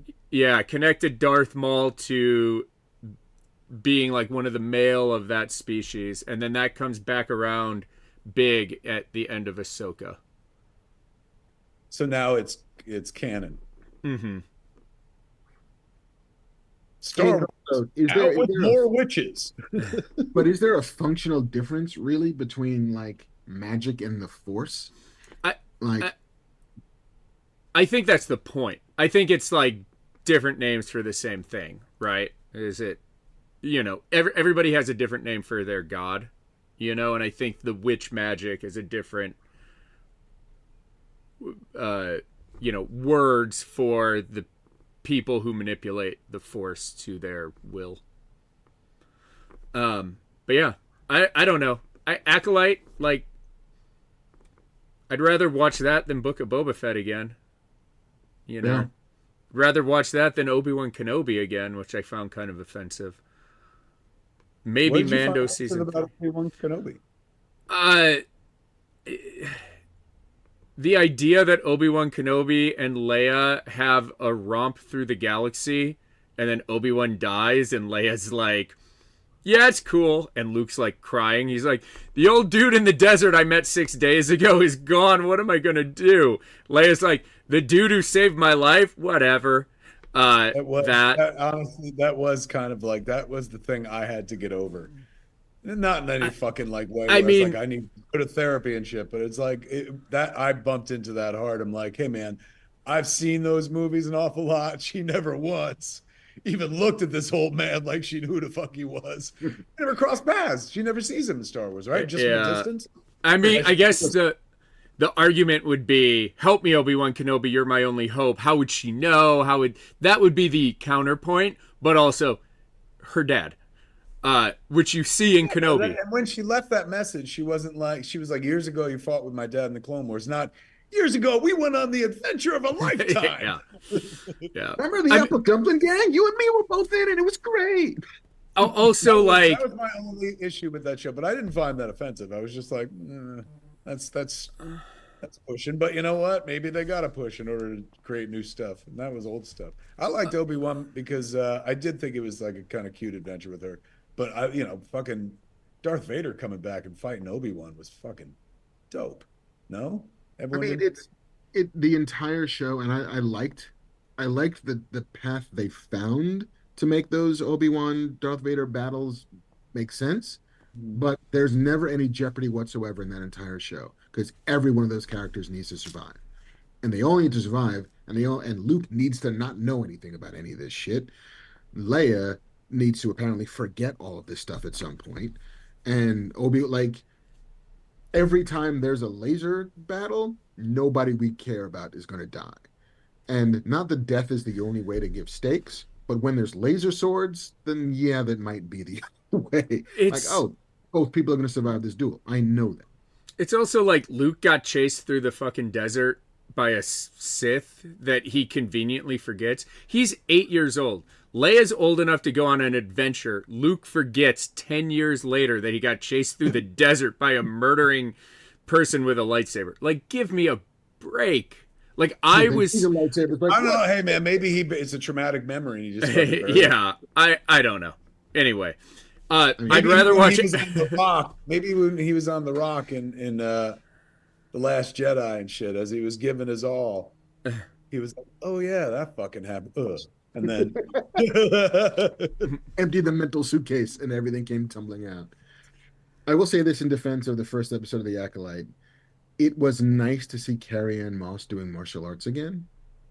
It gave me the same vibes to a much lesser degree of quality of John Travolta dancing again in Pulp Fiction, where you're like, oh, you know what? I haven't seen this in 20 years. And this was a big fucking deal when he was a young man on a dance floor, just tearing it up. And so there's this the nostalgia baggage you bring with you of appreciation for a guy who was one of the best in the world to do this. I'm not saying Carrie-Anne Moss is Jackie Chan. I'm not saying that she's Bruce Lee. But my introduction to that woman as an actor was as Trinity in The Matrix. And to see her doing that shit again was just kind of nice. It was awesome. It was awesome. And then they kill her, which I'm like, what? spoilers again for episode 1 of the Acolyte. I was like, you did all that to then kill this lady, and then but also Yeah. part of she's not actually dead. I think that she's not actually dead. One, unless they keep going back to her in flashbacks, but also like, look, I shat on Acolyte quite a bit. I'll point out that Acolyte has more cool new aliens than I have seen in a Star Wars movie since Return of the Jedi, probably. They've done a great job making it, you know, uh, making it feel like Star Wars, putting aliens in. Like, and again, I know this is silly, but it's like people didn't buy action figures of the sequel trilogy because there's no aliens. Like Hammerhead, Greedo, Ponda, Walrus Man, right? All of those names that we all know that we grew up with because of Kenner. Like you've got Hux and Poe and Finn and Rey, and they all are humans. Like the best-selling Star Wars toys were never the humans; they were the aliens, and that got lost somewhere. And Acolyte does a great job making like, oh, what is that dude with the square head? That's interesting. I haven't seen that before. So they do some like, I mean, they've got some really cool stuff that exists in it in isolation, right? Like, oh, this is an interesting like piece out of the Star Wars encyclopedia. There's an alien with a square head. I'm going to read a paragraph about it. It doesn't connect to anything else that's happening. But okay, as a Star Wars fan, like, yeah, sure. I will say this one other thing, and this is like a general Star Wars critique, I think, is that the Star Wars universe always feels so small because every place is accessible immediately. You know, it's like, oh, we got to chase this person down. What are they doing? They're running down an alley on this planet. We're getting in our ship on that planet, and we'll meet them at the other side of the alley. You know, like everything is immediate.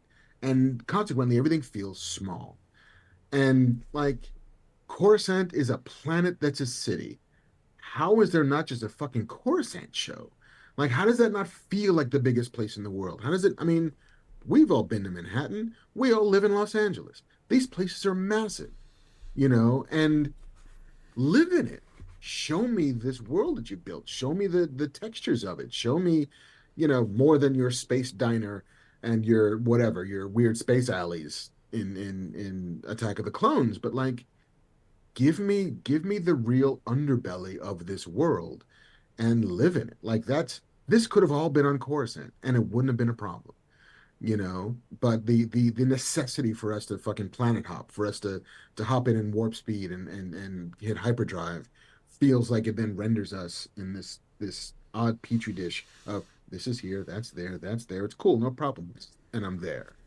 I think they would give us a Coruscant series, and like it could be like, you know, like Law and Order and shit, where it's like every, you know, new case every fucking time. But if each case wasn't connected to Luke Skywalker,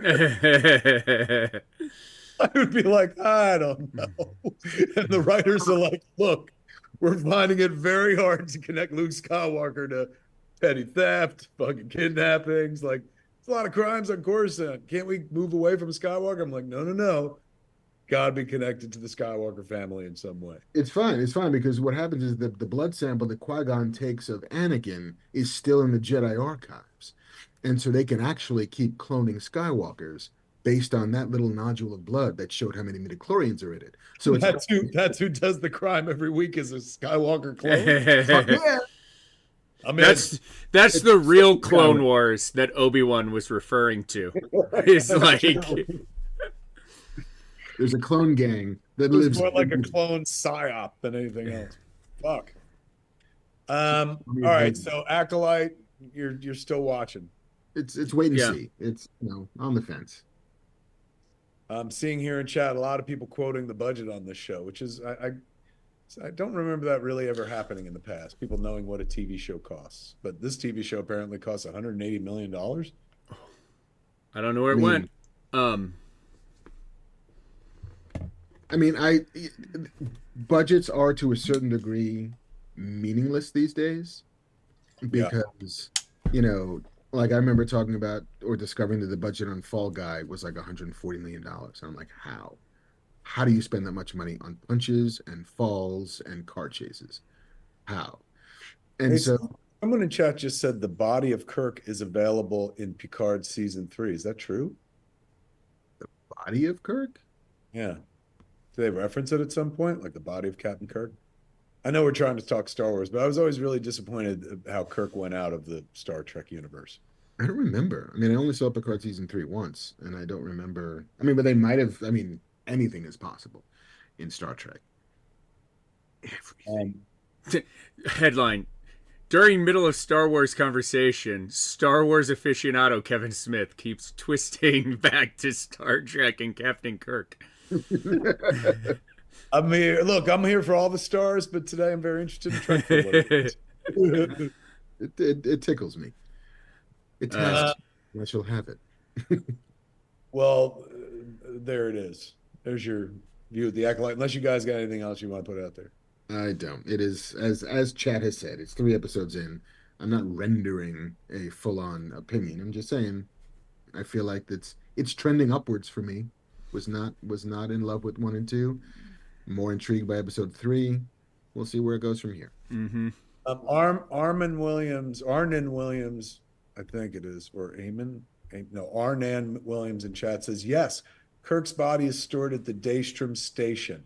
And Geek Renderer said, yeah, Kirk's body is from the books, and that story was put into Picard at the Daystrom Institute. Cool. Yes. And I also What would be his body or something like that? I think they might just mention it because I don't remember them like looking at it. That'd have been weird. So we're all gonna Somebody in chat says, I thought it was Picard's body. Now they're having a fight about whether it was Kirk or Picard. God, you gather fucking geeks anywhere, and sooner or later, just come chum some of this shit. Throwing it into chat. James B. Smith said Kirk's body is frozen in carbonite. That's the show we need. There you go. That you really want to get people fighting. All right. What else we got? Should we hit a bit of news? Yeah, we got any? We got a handful of news items. Let's do some news. Marc Bernardin, aged newsman. Back in the day when there were newspapers and shit and magazines, Mark worked at them all. He worked in print. Do you guys know what print is? Mark knew Gutenberg.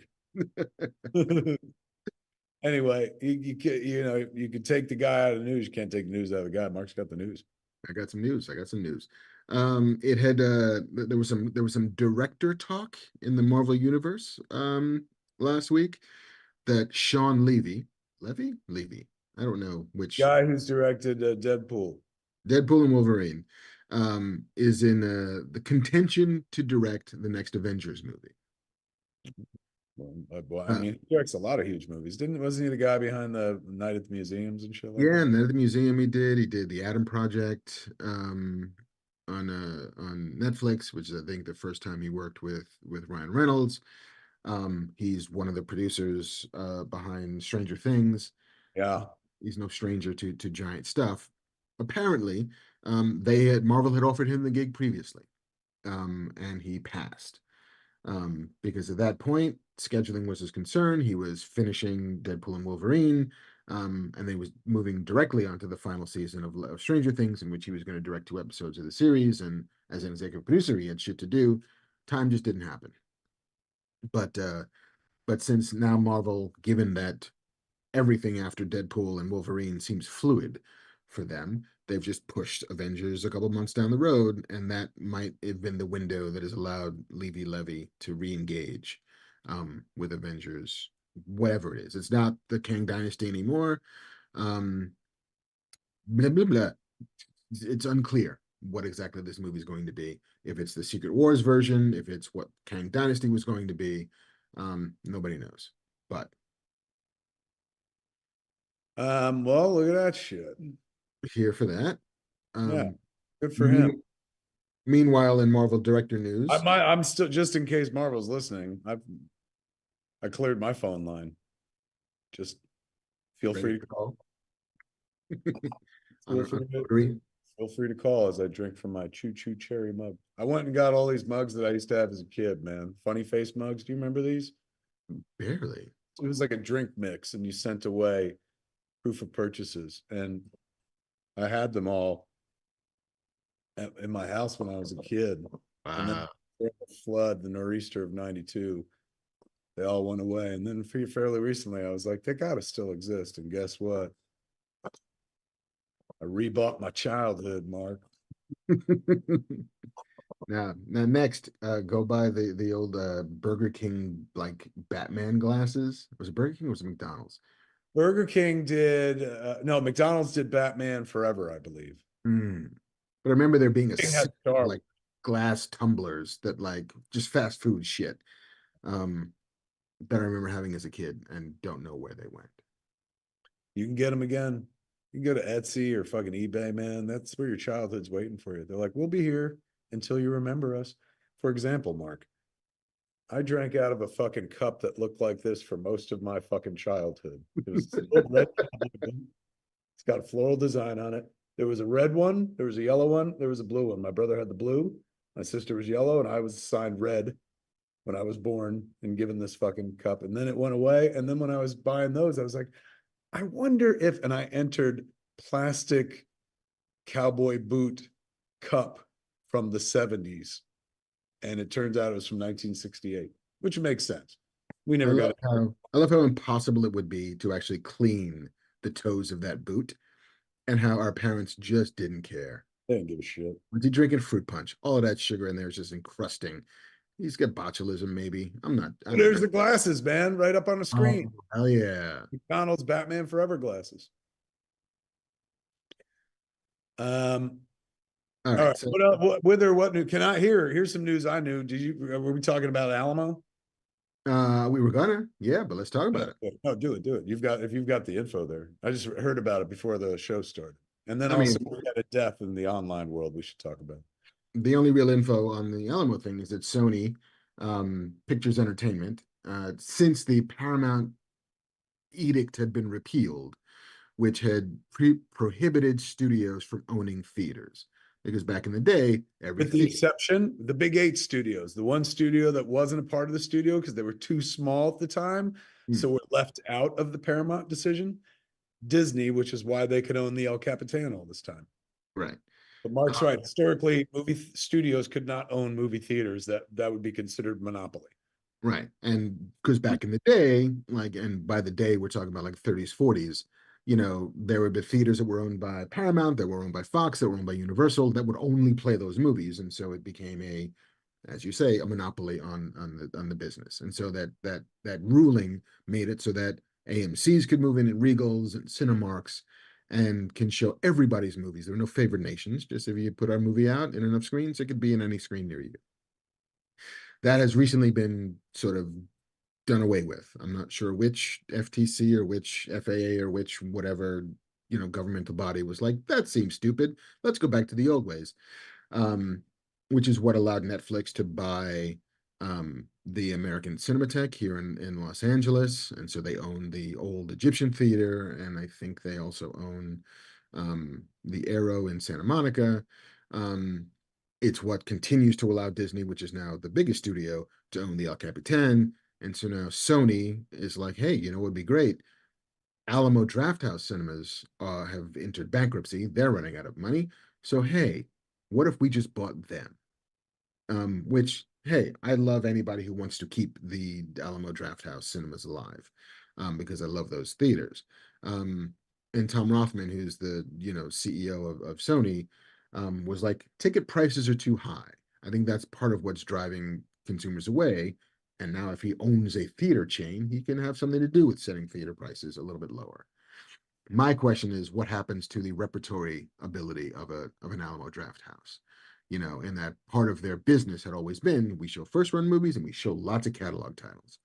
And at some point, will the other studios not want to play ball by letting Warner Brothers movies or Disney movies or whatever Disney was always shitty about letting their repertory stuff go out. Oh, still Right. historically.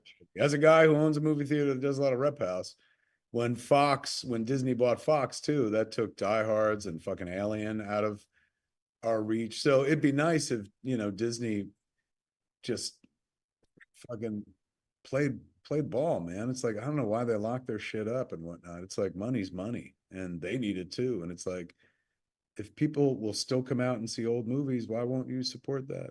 But I don't know. The business is shrinking so much that sooner or later, I don't think some places aren't going to be able to be selective. Can't just be like, we're only going to show our stuff. Think about how many movies are every studio making per year. Down, that was way down. So they don't have enough product to fill those screens. And as somebody who owns a movie theater, as an exhibitor, you constantly have to have someone on the screen, otherwise you're going to sell fucking popcorn. So I don't know if they can be, if this climate they could afford to be, run a monopoly again, or kind of be like, we're only going to show Sony stuff. Like, I think at this point, everybody got to hoard up, just like, we'll show anything. I mean, I think the Even question, porn. yeah, the question is not will they just show Sony stuff? It's will other studios let them show their stuff?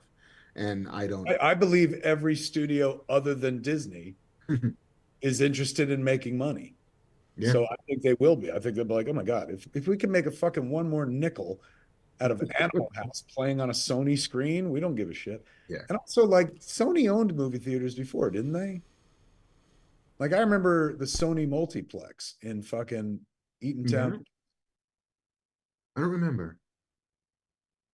Yeah. I know that was like fairly recent, like 2020 is when that Paramount thing they got rid of it. But regardless, yay, Sony, keeping the fucking Alamo Draft House alive. Sad that it was, needed help or whatever, but yay, somebody fucking helped it. But man, isn't it weird? Like, every once in a while, don't you start to think like every business fucking fails, like eventually? Like WeWork, and I know that was like, like not a fraud, but like fucking like pumped up, and maybe not everything was supposed to be. But something else fairly recently was like, I watched another movie about, did you watch on HBO Max or Max, whatever they're calling it these days, the Fast Pass documentary? No, I mean to. Take the time to watch it. It is fucking fascinating. A fascinating American business story.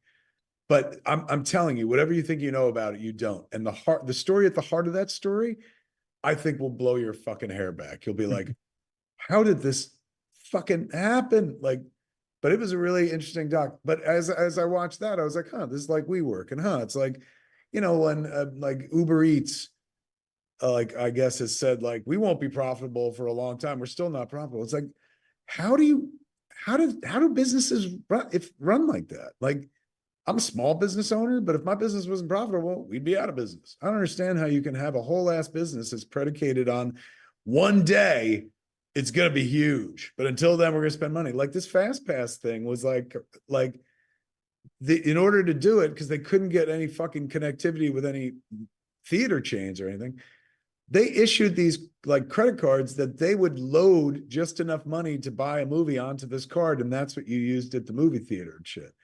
And their whole thing was like, as many movies as you want for this low price.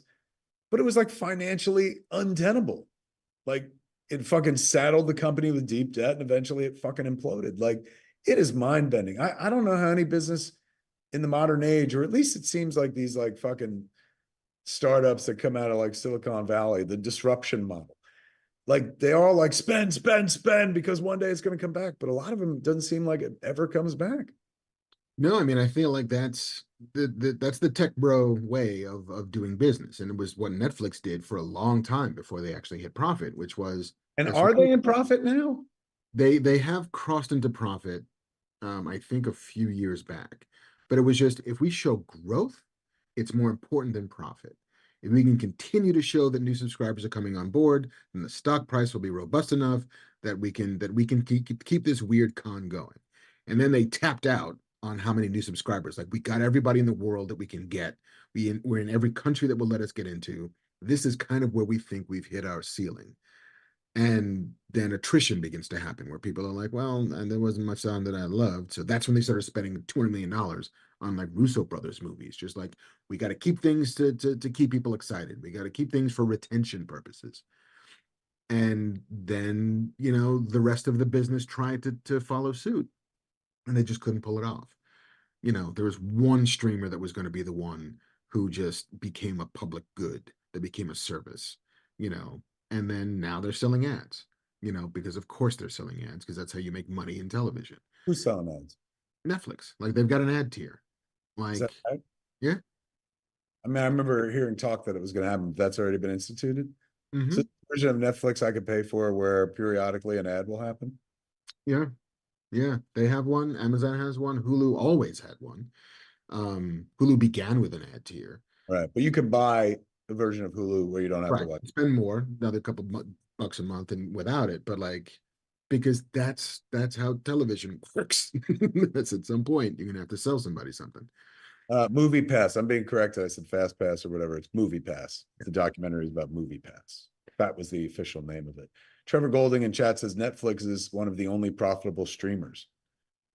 God, is like, what about Amazon? Is Amazon profitable? I mean, they're profitable because they don't care. They're profitable because content is so low on their priority list. Well, I just mean Amazon, the company. As a company, 100%. Like, yes. They are in profit. Yeah. Once they weren't in profit when they were just selling books. And, they got to be in profit once they got into the cloud server business. Once they became the house for the Pentagon servers and they got that sweet government money, like, they make more money selling that shit, selling hard drive space, than they make ever anything else. Apple is profitable because they sell $1,000 phones, and they can just, the minute something's not quite right at the company, it's like, oh, we took a dip. Great. Put out another issue. Hey, it's the iPhone 16, 17, 18, 19. And we will all spend that money. Or precisely AT&T and T-Mobile will spend that money. Michael Ashton said, I wonder how Apple is eating right now. They're putting third-party movies on their streaming service. Third-party movies, meaning they're putting non-Apple movies on Apple TV? Yeah, just like every other streamer. It's like, hey, Have they not done that from the beginning?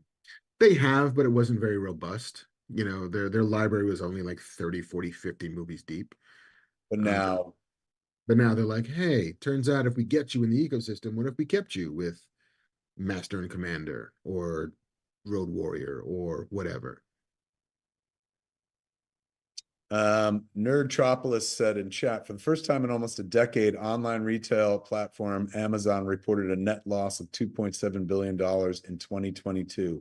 After that, in 2023, the net income amounted to $30.4 billion US dollars. I'd say they're in profit, Mark. Yeah. All right. Sounds good. Amazon first became profitable in 2001 before AWS. What is AWS? Amazon Web Services. AWS pays for all the pipe dreams that Amazon has. So Amazon Web Services, is that how they watch us? Yeah, pretty much. On an Amazon Web Service? Most likely. I think. Don't they provide? I remember going to Amazon to pitch something one day. Yeah. And they were like, you can't, they're very fucking like, there's a badge and there's a secure door. And if it locks and fucking guns come out and you're like, what the fuck, man? Is this a network? And then somebody said, that's where the government servers are. Yeah. Like in that same building where I was like, okay, Buckaroo Banzai. Fucking upstairs, they're like, this is the only thing holding the entire world together. The Whopper is in the corner. Yes. I found that kind of telling and frightening. So that's what pays for everything? That's what pays for everything. The most money? Not like us buying paper towels and fucking dog food? Yeah, that shit's a rounding error. Like, they make so much money in the contracts for the government and giant businesses and other governments and... Yeah, I have a friend who is an assistant editor on some reality TV shows, and this season they moved all of their everything to AWS. So like Kevin, like, you know how I had to come to your house yesterday to load footage? Yeah. I load it up to the cloud as you edit as on any computer with an internet connection. And Avid is running on a computer in the cloud. So like all your footage, everything is up here, and as long as you have an internet connection, you can access it, edit it, output the whole thing. And so when did that start becoming their business? I feel like 15 years ago. I couldn't put a finger on it exactly, but it happened like in the dark and nobody knew until suddenly it's like, oh shit, how does Amazon have everything? Wow, man. I mean, let's just hope he's a good guy, Jeff Bezos. I mean, Jesus. I mean, which is why they don't care if like Lord of the Rings cost them $1 billion to make. And it's like, that's fine. So seriously? Like we're not talking about a business that makes $1 billion a year. You're saying it makes more than that. Oh yeah. Well, like they said, 30 billion was the profit. Was that AWS part of that? Probably. And again, like that's just profit. Like that's not even covering the operating costs of being in business. But like, yeah, billionaires are always benevolent. But it seems like that. So they run the cloud. They own the cloud. This cloud we're always talking about. They own a pretty big chunk of the cloud. Like they are the British Empire of the cloud. They're Bespin. Yeah, they're Cloud City. And Jeff Bezos is Lando. Yeah. Well, Nice. Jeff Bezos is the empire. Yeah. That's right. He takes They took it over Bespin at a certain point.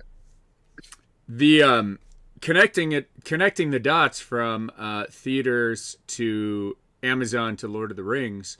Brett Deacon last week did a screening of Fellowship of the Ring for a few of us in 4DX. Is that right? And it is awesome.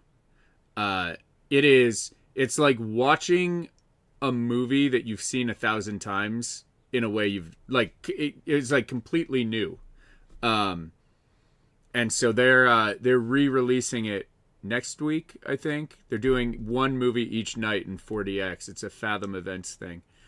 So highly recommend going and checking out the 4DX screenings on that, because it was super cool. For anything 4DX, man. Like, we love Deacon, so naturally we sing his praises, and that's where Deacon works. But Deacon delivers, man. Whenever he's like, "Hey guys, want to come watch a movie?" It's a fucking thrill. We talked to him a long time, and he was talking about all the catalog movies he wants to do.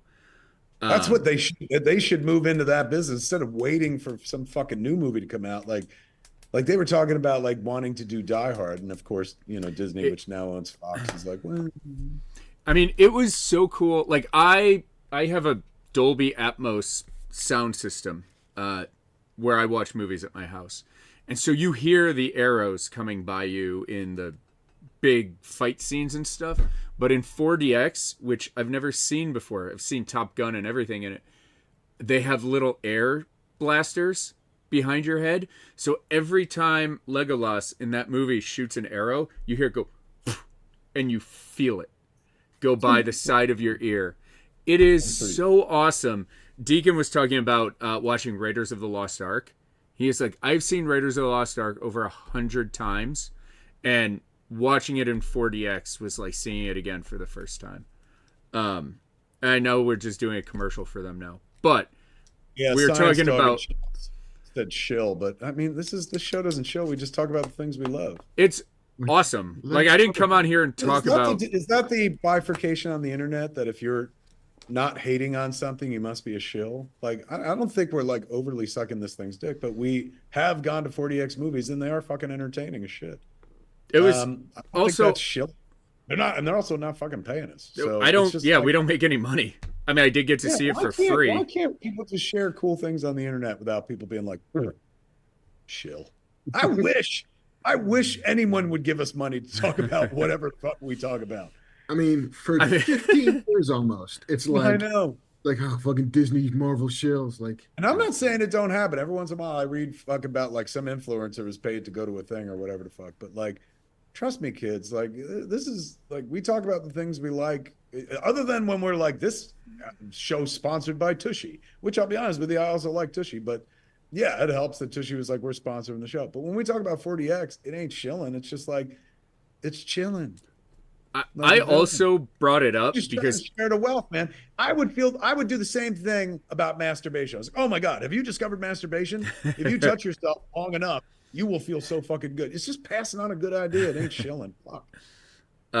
yeah, it was awesome. And look, here's the thing. A lot of people who watch your audience is very similar to my audience. It's Scum and Villainy, which is very similar to like what I like. So like, hey, next Friday night, like you've got nothing to do, spend the $15, go watch Fellowship of the Ring and 40X because it's totally different than watching it at home or the way you watched it 20 years ago in the movie theater. James B. Smith in chat just brought up something that I did watch recently. Mostly whenever I went to the bathroom for like a week long. The Jenny Nicholson 4-hour Disney, Star Cruiser vlog. Did you watch that? Did anybody see it? I watched all 4 hours. wow, I won't. You won't watch it? No, look, here's the thing. You went, so you don't have I to. went, but it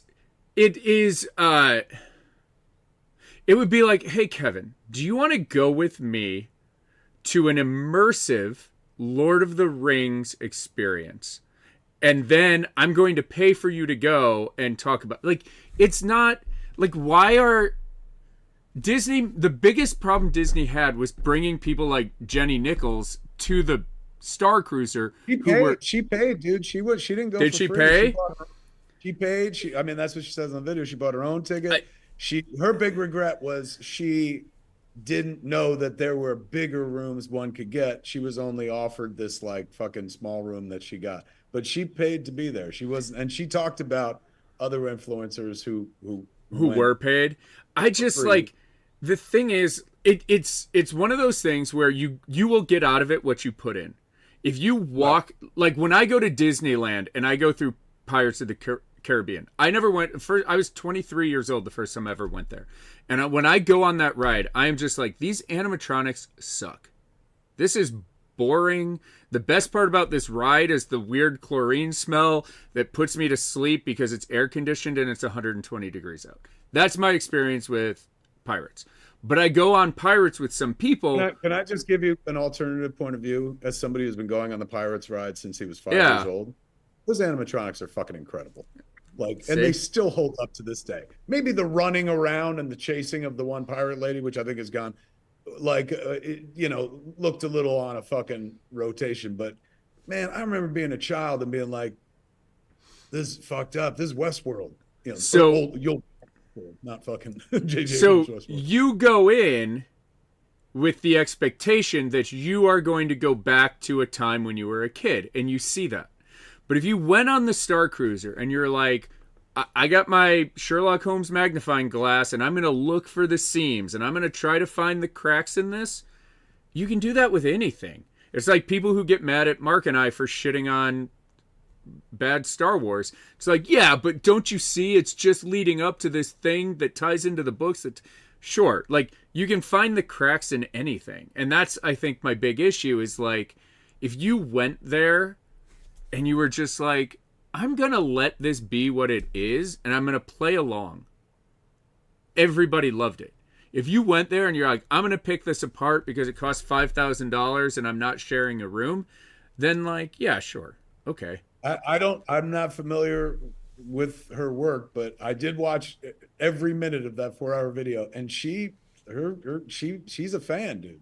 Like, she went with nothing but like open heart and love. She looks like one of them Disney bounder kids that, likes to dress up and go to the parks and whatnot. She seems like a dyed-in-the-wool true fan, but she did not have the experience that you had. And if you watch it, like, her seats at the restaurant, she was like right behind a fucking pole, so she couldn't even see the singer lady. But I thought it was a fair, balanced, Okay. like review. The only thing I've seen are the clips of other people clipping her and being like, "What do you think of this?" Like, and everybody's As the internet will. and everybody tags me in those things, right? Right. So I'm like, I'm not gonna watch 4 hours about the thing that like made me enjoy playing with my child 1,000 times more. Like, why do I want to watch somebody try to ruin that for me? She's not trying to ruin it for you, but she paid $5,000, and she gets to say her piece and stuff. And she said, "Look, I paid knowing full well that I would make it all back on revenue for my channel by reviewing it and stuff." So, but she went in like open-minded, open-hearted, and slowly it disappointed her. But she didn't have the experience that you had. But it sounds like you had a better room than she did too. I mean, I'm not saying you got to watch the video because you lived the experience, so you don't need somebody else's opinion. But if you are curious, she was very, very fair. I was in the smallest room they had, and I was in the room. I was on the Star Cruiser for 45 hours, and I was in the room for less than 6, including when I was sleeping. So, like, Gen X Gamer in chat said, "Let me guess, Smith loves the Acolyte, LOL, with about 5 ellipses as opposed to the normal 3 that we all prefer." For those late to the show, I haven't seen the Acolyte. I've been working on Logic's movie. Mark and JC watched the Acolyte, and their review you can watch earlier in the show. It's a great review, particularly if you're a big fan of Star Trek II: The Replica. I mean, I feel like the price point is what invites criticism, right? Like if you go to Waffle House and you get waffles, you get pretty much what you expected. I spent $10, I got fucking waffles. If you then go to some high-end restaurant, you spend $1,000 on a meal, single meal, then you're like, oh, I'm going to have more thoughts about this thing I spent $1,000 on than the thing I went to Waffle House for. So if you're spending $5,000 for 45 hours at a hotel, when you could spend $200 at a Best Western, like the experiences are different for sure, but the amount of money you spend, one can have thoughts about the value they received for the money they spent. She broke down her cost and basically figured it out to be she was paying $13 a minute for this experience. So like she did her homework, man. Still cheaper than going to a Super Bowl per hour. Yeah, I think she actually pointed that out, or maybe somebody did. Stuff. But I wouldn't, again, I'm not like, you gotta, like fucking watch this. You actually went, so you had the experience and stuff. And it's a review for a thing that doesn't even exist anymore. I know, so it's that's the other funny thing. Really all that useful as a review for like, well, would I like to go to this? But it was interesting. It was comprehensive, to say the least, about the whole experience. And she was like, she kept it entertaining. She reminded me of Spalding Gray. It's like a big monologue. Ooh. Yeah. Back to the news. Yeah, back to the news. Another Marvel movie and some director news. Blade has now lost the 78th person who was going to help make a Blade movie, namely their newest director. Okay, fine, Marvel. I will direct Blade for you. I heard a rumor online, or I read a rumor online, that Marvel recently talked to Jordan Peele, and I guess a few people were like, "It wouldn't be that would be some incredibly smart fucking like team building right there." It would be. I mean, the question at Marvel is always, can the directors they bring in work in the Marvel House style, which is basically, this movie isn't your movie, it's our movie. And so you'll be a part of it, absolutely, for as long as it makes sense for you to be a part of it. And then at some point, we are going to take it over and we are going to start editing and we're going to schedule reshoots, which you may or may not be part of. Like, there are some filmmakers, like Edgar Wright was not one of them, who was like, I can't work that way. Like, I just need to make this movie because it's my movie. The Russos, who came out of TV, were like, 100% we can work this way. and they got successful enough and big enough and earned them their stripes for Marvel that they Made did one to of make the movie. inarguably one of the greatest motion pictures ever made. And so like the Jordan Peele rumor is interesting. Blade and Jordan Peele is incredibly interesting. I don't know if it makes sense for Jordan Peele to make a Blade movie as much as it makes sense for Marvel to have Jordan Peele make a Blade movie. Exactly. They'd be gaining more than he'd be gaining, but he would not be. Well, let's be honest. Like he could create his own shit, so he don't need anybody else. But it would be like at worst a lateral move, but it would also probably give him even more fucking power and leverage than he already has as a creator of his own content.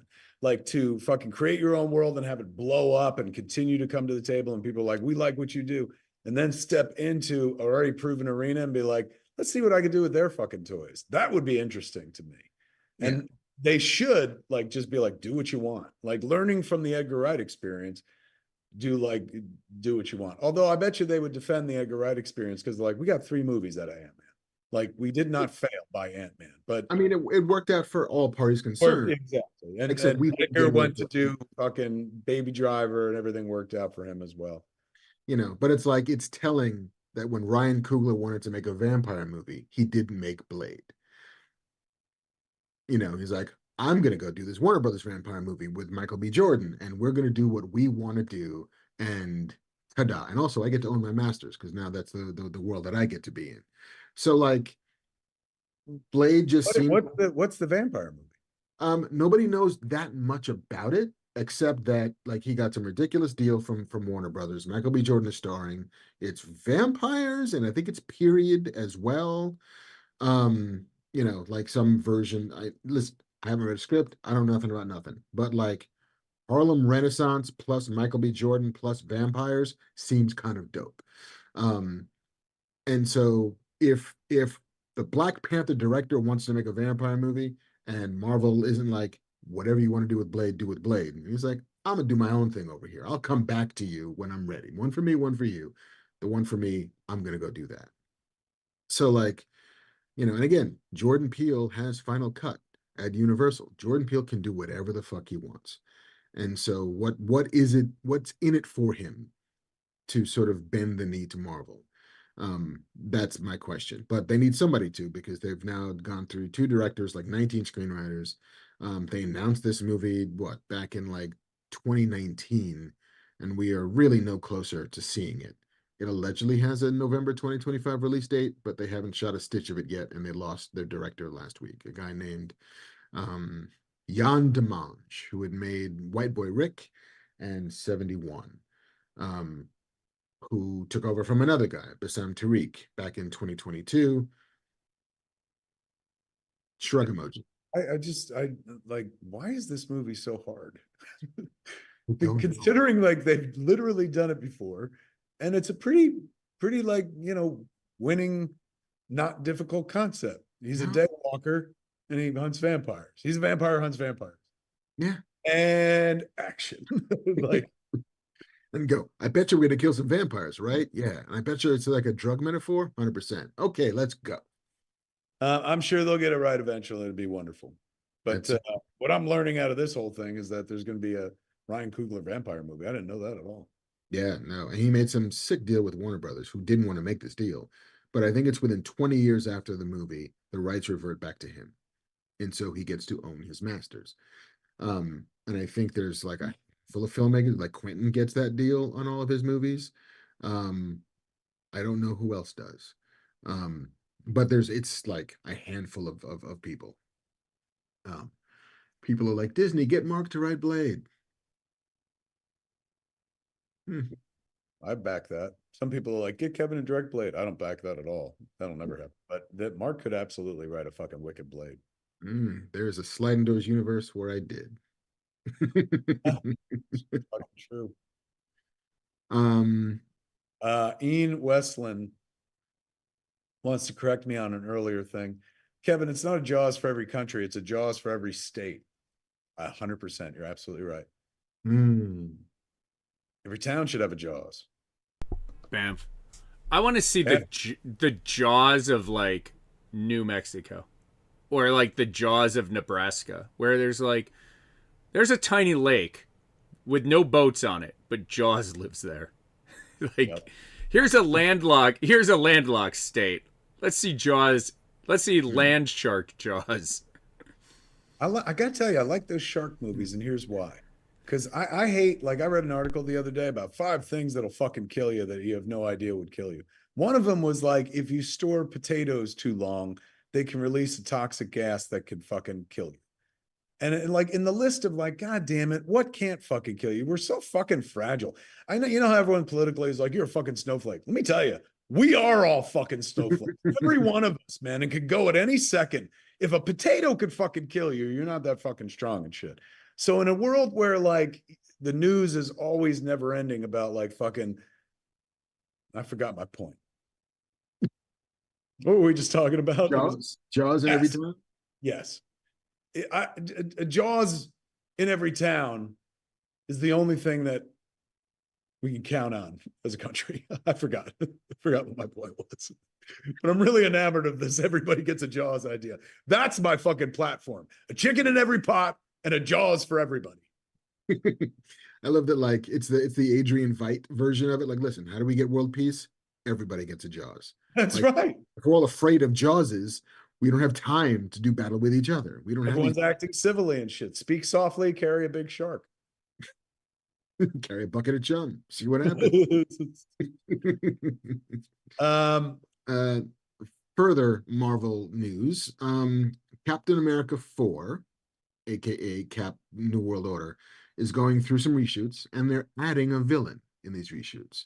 Said villain will be played by Giancarlo Esposito. Oh, we love him.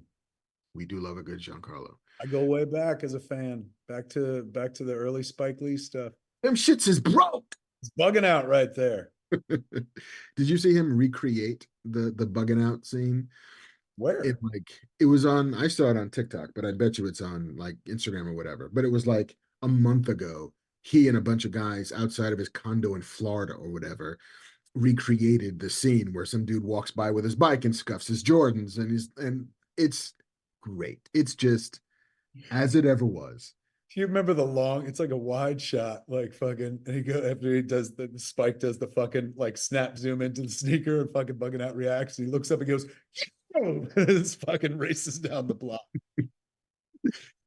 Was it John Savage who was pushing the bike? That's John Savage. And do you remember him in the pizza parlor where he's fucking Danielle was at the counter and fucking Giancarlo pops up? He's like, yo, Sal, we're gonna boycott you fat pasta ass.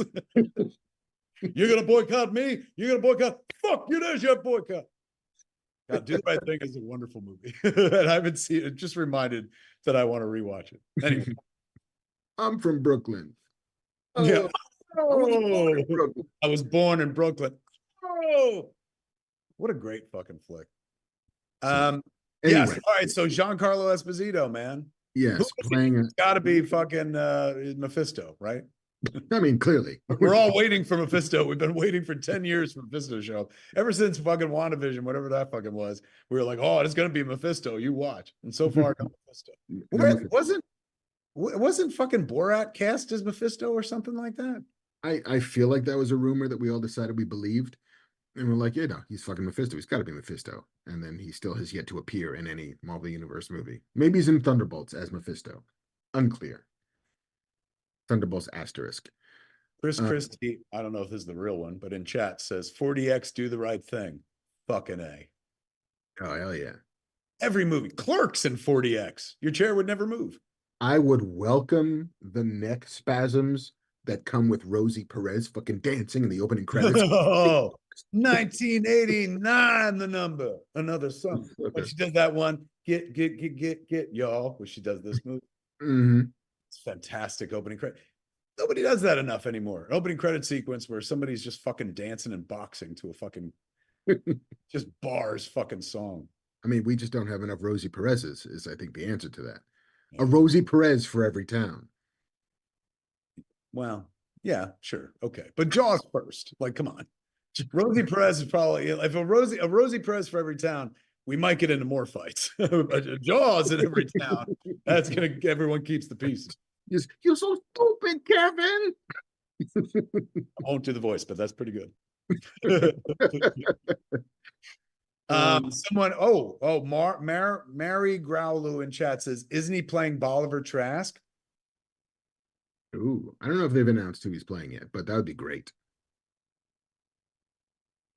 Because that would mean they're coming. I mean, we know they're coming. So Bolivar Trask then would be in our universe before whatever happens to bring the X-Men into our universe. I don't know. But you know what? Moments like that are why I like these movies. Because before I ever see it, we get months, if not years, of speculation about what it will be. So yeah, this character has been added, I think, specifically for these reshoots. I remember there was a version of this movie that had Sabra in it. Yeah. It would not surprise me if potentially Marvel decided to like sidestep Sabra and like Bolivar Trask. Right about now. Yeah, that would track. Nerdtropolis said Ironheart was supposed to have Mephisto. Oh, right. And Tommy in chat said Sacha Baron Cohen was cast as a live-action Skeletor. That's right. That happened while we were away. So many playing Skeletor. Yeah. Yeah. And finally, The Boys, which premieres like tomorrow, I think. That's it. Hey man, is the movie coming out? Somebody asked in chat. The Crow. When's that coming out? I think later this summer. All right, so it's not like this weekend or something. Yeah, I don't think we missed it. All right, so The Boys is coming this week. Any minute now? Coming hard. And Eric Kripke has announced that The Boys will end with season 5. So this is 4. This is 4. So we get one more season to come, and then it's done. Good for him. Go out on top and shit. That show has truly delivered. That guy who plays Homelander is fucking amazing. Yeah, the whole show is fucking great, man. It's a shame he's never gotten like real awards buzz, because that performance as Homelander is fucking top tier. Stink Floyd in chat says the Dark Crystal 40X. Is that all the news you got? That's all the news I got. You know what? We should know. Comic Storian. I saw about this, but I don't know him. Ben Potter, he passed away. He did the Lord's work on YouTube. He would read comic books, give dramatic readings, like fucking do storylines, big storylines, just love the medium and stuff, and had a very successful channel. Still does. Channel's not going anywhere from what I read. He passed away age 40, so young. Oh, wow. It's a shame. So long live Comic Storian, as somebody just said in chat. Ryan Samuel. Evan Fowler says Boys premieres at 3 a.m. I don't want to stay up late and not sleep before work, but whatever, I'm gonna do it anyway. Dedication. Dan of Earth is saying, hey, I need to know your thoughts on the new Superman costume. Like, I need air to breathe. I mean, I've only seen that one picture. Yeah. The collar is a choice. But they do that in the comics.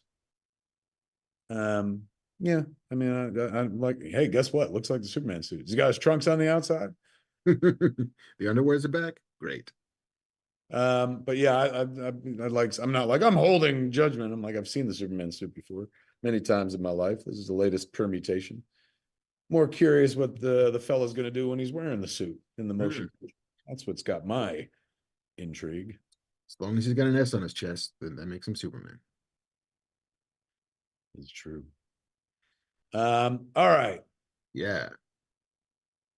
I'm trying to think if we got anything else. All right, let's do some questions. I gotta get out of here. Bamf. I will say the only thing I've got is do you guys play Wordle or Connections on the New York Times? You know what that is? Yeah. Where it's like how are these words connected? Wordle is a little bit different. This was like a spin-off of Wordle. You were in New York Times Connections today. You were Dogma. Yeah. So, let's see. There, that was New York Times Connection today. What was the thing that had them all together? You know, I have no idea.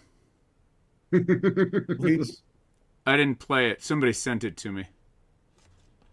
That's a pretty good list. I've seen all those. Let me see. Dumbo, I saw. E.T., I saw. My Left Foot, I saw. Dogma, I made.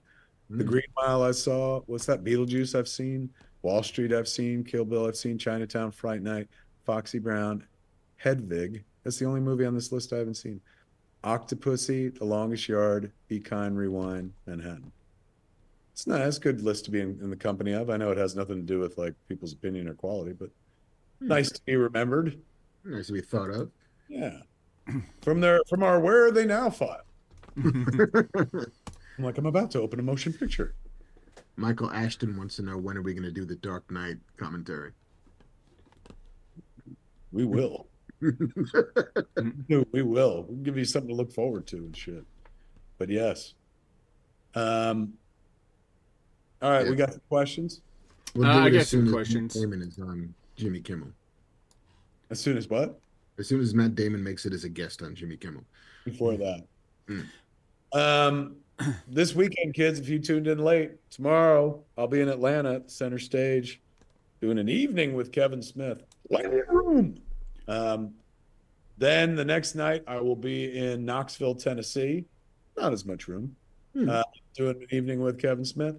And then on Sunday night, I'll be in Durham, North Carolina, home of those Bulls, doing an evening with Kevin Smith. So if you're in any of those places, come see me this weekend. Tickets at csmod.com. And don't forget, Smodcastle, man, we've got a screening of Chasing Amy coming up with Mufasa. He played Hooper in the original flick. He's going to be there. We've got a screening of, we've got the Jaws-a-thon coming up. Bear is driving. So many cool events. Volgathon's still happening August 3rd. Tickets at smodcastlecinemas.com. Anyway, over to you, Banff Man, for the questions. We ask of the questions 3. Cool. I'll say this one thing. If you have nothing to do for Father's Day or you want to take your kids out, I cannot publicly say what trilogy that is unaltered in 4K we are showing at the bar. But there is a popular trilogy we will be showing in 4K at the bar, unaltered. So if you're looking for something to do for 6 hours on Sunday afternoon for Father's Day, and you want to show your kid something the way that is the way that you saw it, not the way that they see it, that will be happening on Sunday. Ooh, I can't wait to go watch all the Smoky Bandits with all the original racism. Yeah. Questions. Sheriff Buford T. Justice. Jake Thomas from chat asked, I gotta be honest with you. Can I give you a little fucking cool thing? The whole time I was looking at a thing on the show that said like we had 500 people watching. I was like, well, there it is. Nobody cares anymore. And then I just refreshed the screen and there's 1,300 people watching. Always refresh your screen, kids. That's where the truth is. Anyway, back to you. Jake Thomas. This one, there might not be an answer to, but I thought it would be fun if there was, which is, Mark and Kevin, do you gentlemen remember any stories you created while playing with Star Wars action figures as kids? Like, do you remember any of the stories that you would retell or the adventures? I do. Always had, I was very, my imagination was captured by the Han and Leia romance. When Star Wars came out, I was like 7. So I wasn't running around trying to make Luke and Leia kiss. That was more about like a fight that never happened between Luke Skywalker and Darth Vader. But Empire Strikes Back, really that one of my favorite films of all time, not just my favorite Star Wars. And that was where my romantic like fucking leanings came from. That movie, watching Han and Leia fall in love and chastely kiss while a droid cucked it from the side and shit. So I would, every Star Wars adventure I had with figures, I insisted on being Han and Leia because there was always a very important side story about their relationship that had nothing to do with action and adventure and shit like that. So I was probably the worst person to play Star Wars figures with. because I was like, but wait, they have to figure out where their kid's going to go to college. So yes, very much the romantic ventures. And I'm not talking about, ooh, I made them fuck and bent them over and shit. Of course I did that. But this was more about like fucking true will they, won't they storylines and shit like that. Fucking, yeah. What about you? Do you remember any of yours, Mark? I never remember any specific stories, but I remember wanting to play the Falcon asteroid field all the time, where I just really wanted to just make the Falcon do cool shit, but you know, it's just me and my hands. So it was always like going around the living room, like weaving in and out of the slats in the stairs that went up to the second floor of the house. Because how many places can I squeeze the Falcon? And how much can my dad endure me just like waving it in front of the TV while he's trying to watch anything else? Like I would then do the same thing with like the kit, the Knight Industries 2000 that I would build and just always put it up on two wheels and have it like just kind of drive through shit. I'd set up like books as obstacle courses for me to make sure that the two wheels never ended. I was a vehicles kid more than I was a soap opera kid. And it feels like the soap opera kids were like, let's have a narrative with the dolls. I was like, no, I just wanted this to go fast. I wanted a narrative with the doll. I was like, show me on the doll where you're going to touch him. Did you ever, when you were flying between the banisters, knock the radar dish off the Millennium Falcon toy? Of course. Oh, It came off so easily. easy. You didn't have to fly between things for it to fly off and shit. And only you could tell the kids, responsible kids from the irresponsible kids, by who had a fucking radar dish still on their Millennium Falcon. Now, to be fair, you could also tell the kids whose parents loved them and the kids who, didn't get Millennium. I got Millennium Falcon. My mom was like, this is for your birthday, for next Christmas and your birthday after that. That was a gift that was meant to last 3 holidays. It was so big. Did you do it pre Return of the Jedi, and then in Return of the Jedi you were like, they stole that from me? Yeah, that's the move. Judge Matthews says best toy of childhood. Millennium Falcon definitely up there, but the AT-AT was just absolutely magical. Like, and they must have at Kenner been like, we're gonna make a fucking fortune once this movie comes out. Like, they were already printing money off Star Wars figures, but then he shows them a fucking clip of the AT-AT and they're like, make one. And they're like, oh, we're gonna make every fucking child of the 70s/80s happy. All right, next question. Next question from DM Dad. What movie that underperformed in the last 10 to 15 years would you like to see rebooted? So something that should get a second shot. Can I say yoga hosers? No. Something that should get a second shot. I mean, this goes back further than 15 years, but I always thought Buckaroo Banzai deserved 1,000 more shots. Such a great concept, such a great starting point. And a rich universe thanks to the writer Earl McGraw. So forever, that would be one of my laments of my career, is like having been involved with a potential Buckaroo Banzai series at both Apple and Amazon, and then it never coming to fruition. I think that concept could totally sustain more movies, more series and stuff. At one point I had a meeting with Keanu Reeves about playing Buckaroo Banzai.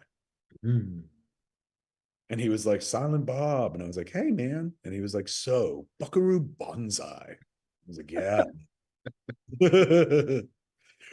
All right. 10 or 15 years, that's a weird caveat, because you don't necessarily love things that are quite that recent. I will always go on record saying that Fast Color should have gotten more love, given that it came out the week before Endgame and then vanished off the face of the planet. But yeah, like, and the other one, like, it's older. It's more akin to Buckaroo Banzai, but we never got a Big Trouble in Little China sequel. And I feel like we could have done that for decades. Jack I feel like Burton. still do that. Yeah. You could still fucking do that today. I bet you he'd do it. He's doing that fucking Monarch show, man. I bet you he'd jump at the chance to fucking play Jack Burton one more time. Oh man, I never drive faster than I can see, and besides that, it's all in the reflexes. Kim Cattrall's still around. She is. A lot of that cast is still around, man. Yeah, I don't know about Wang Chi, but very What cool. about you, Banff man? I'm gonna point out chat. Get Swifty said the Rocketeer, which again is probably older than 15. 1000%. What a great fucking poll, man. Absolutely. Fucking Rocketeer. That there was only one ever is crazy. Didn't they do a series though for I Disney? think there's Plus a or something?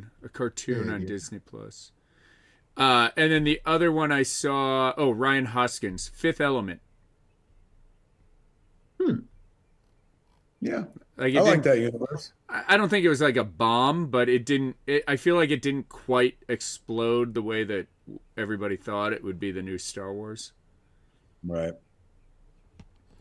Yeah, I can think of a movie in like 2008 that I really loved, and I can't think of it in 2008 that I was like, oh, that one. Gavin Gardner says Labyrinth with Lady Gaga as the Goblin Queen. Mm. Humongous Otto Maton says The Shadow. Look, I'm with you. Fucking, they still haven't done like a great fucking Shadow movie. Although the one they did, I didn't like dislike as much as other people did. It honed close to the comics that Howard Chaykin had kind of been writing at that point. But the yin co of it all and whatnot, like Lamont Cranston having this secret fucking life in God, what is the name of where he goes? It's not Shangri-La. It's Oh, wait. It was Shiwan Khan, yeah, like the third cousin of Genghis Khan. yes. I don't What is remember. the name of the place where Lamont Cranston learned, to the power to cloud men's minds? Right. What part I want to say it's Shambhala. Maybe I'm wrong. I thought Shambhala was from the Phantom. God. I mean, because there's a whole host of like rich white dudes who go to the, distant mystic Orient who then come back with secret powers. And I don't know if this is true, but Maurice Suggs in chat says the guy who played Bass Reeves is doing a new Rocketeer movie with him as a Tuskegee airman who finds the rocket pack. That would be fucking tremendous. I would watch the shit out of that. I thought that was the cartoon. Is that what they did? I thought it was because it was a girl Rocketeer who finds the jetpack, but I thought that was the gimmick. Was that David Oyelowo, who's the guy who played Bass Reeves, is playing like the Alan Arkin part, basically. It was like, finds the thing, the girl finds it, she gets it, he's the mentor and she's the pilot, but I could be wrong.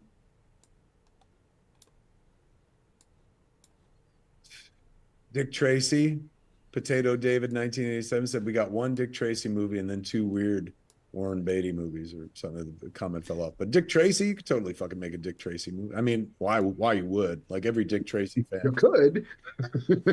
Good, but people be like, that's interesting. Yeah, what's he got? A watch? A watch that he can see people on? He's got an Apple Watch. Ooh. All right. What else we got? All right, last question from Lord Mooby. Based on what Mark was saying earlier, I think this is a hard one. But if they reboot Star Wars, who would the three of you cast in the lead roles? Han, Luke, and Leia. Who do you cast today? I think you cast, I mean, I wouldn't say unknowns, but I don't think you cast movie stars. You don't need to. Like, people are going to come see it because you've already announced that you're remaking one of the most well-known movies of all time. So you don't have to put like fucking Hollywood sizzle on the plate. They didn't do it the first time. Why would you need to do it this time? I'm certainly not saying you can't hire anybody that's worked before. That's not to say like you couldn't grab somebody from a Netflix show or whatever the fuck.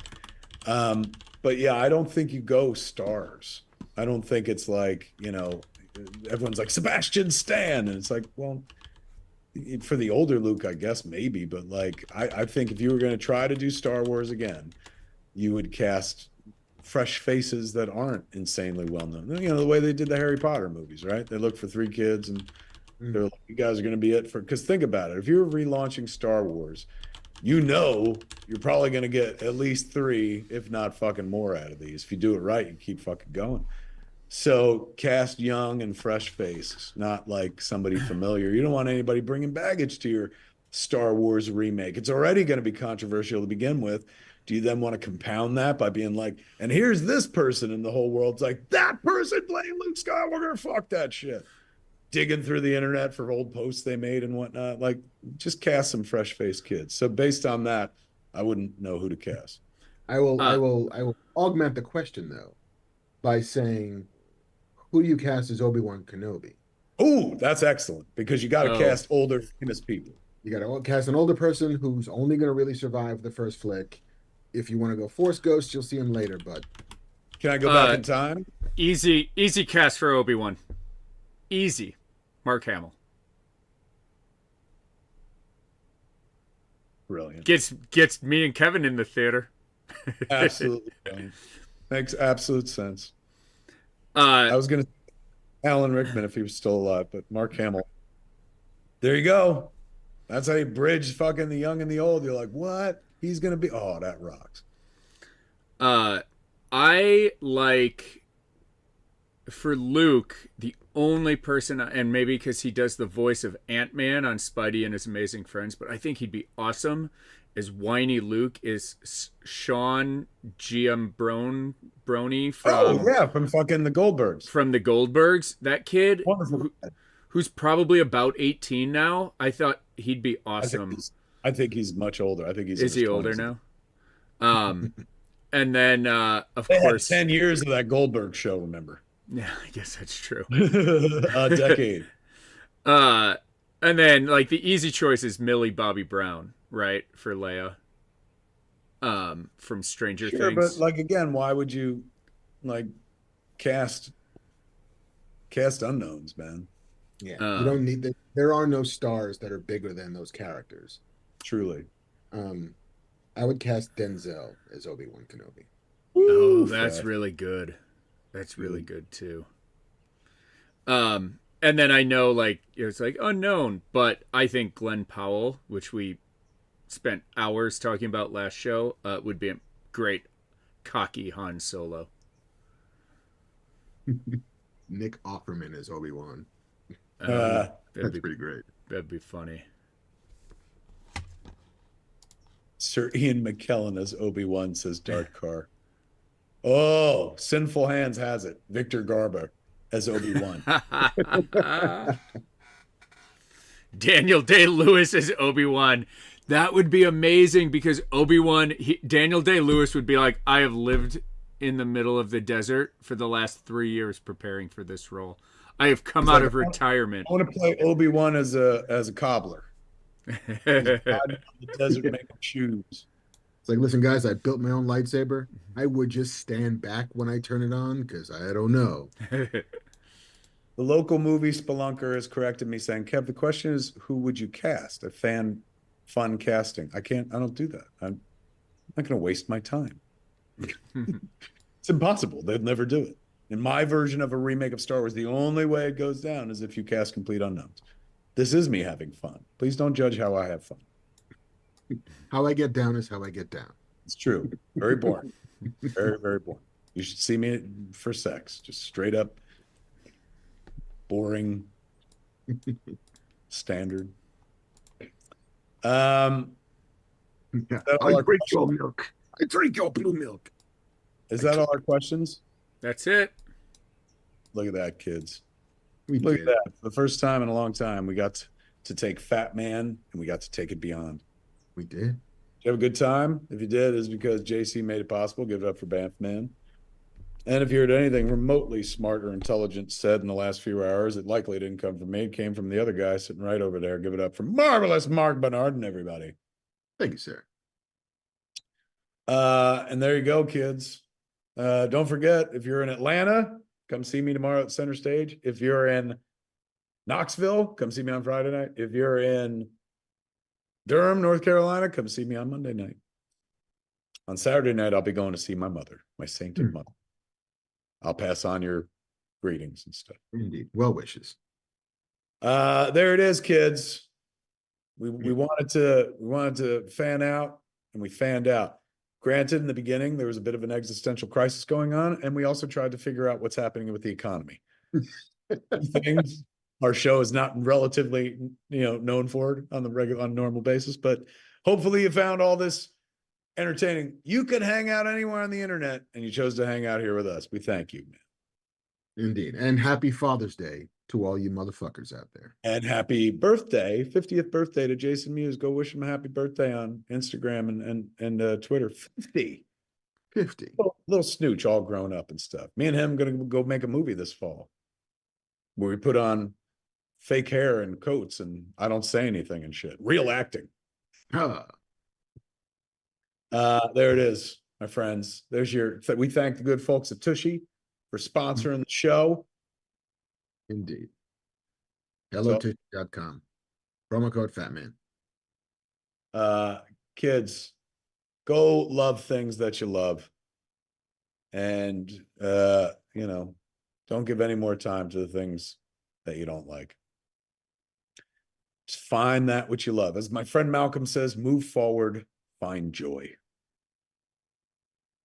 Love, hate. Love comes back. He's beating down hate. Give him a beat down. There are two movies you can watch tonight. Do the Right Thing or Star Trek II, The Wrath of Khan. Yes, no other movies. That's it. It's the only thing. Thanks for hanging out, kids. Always appreciated. Go out and spread joy. For Fat Man Beyond, I forgot to sign off. For Fat Man Beyond, I'm Kevin Smith. And I am Marc Bernardin. Tune in next time. Same Fat time. Same Fat channel. YouTube.com. Kevin's no fat. What? What? Podcast.com. Podcast.com or YouTube.com/Kevin Smith. there it is. Jeff's Kiss, everybody. Mwah. This is the cat. Greetings, everybody, and welcome to the AKA Ask Kev Anything. Every saga has a 10-year anniversary, ladies and gentlemen, and this is what happens when Jay and Silent Bob get old. I'm Kevin Smith. Kiss him, you!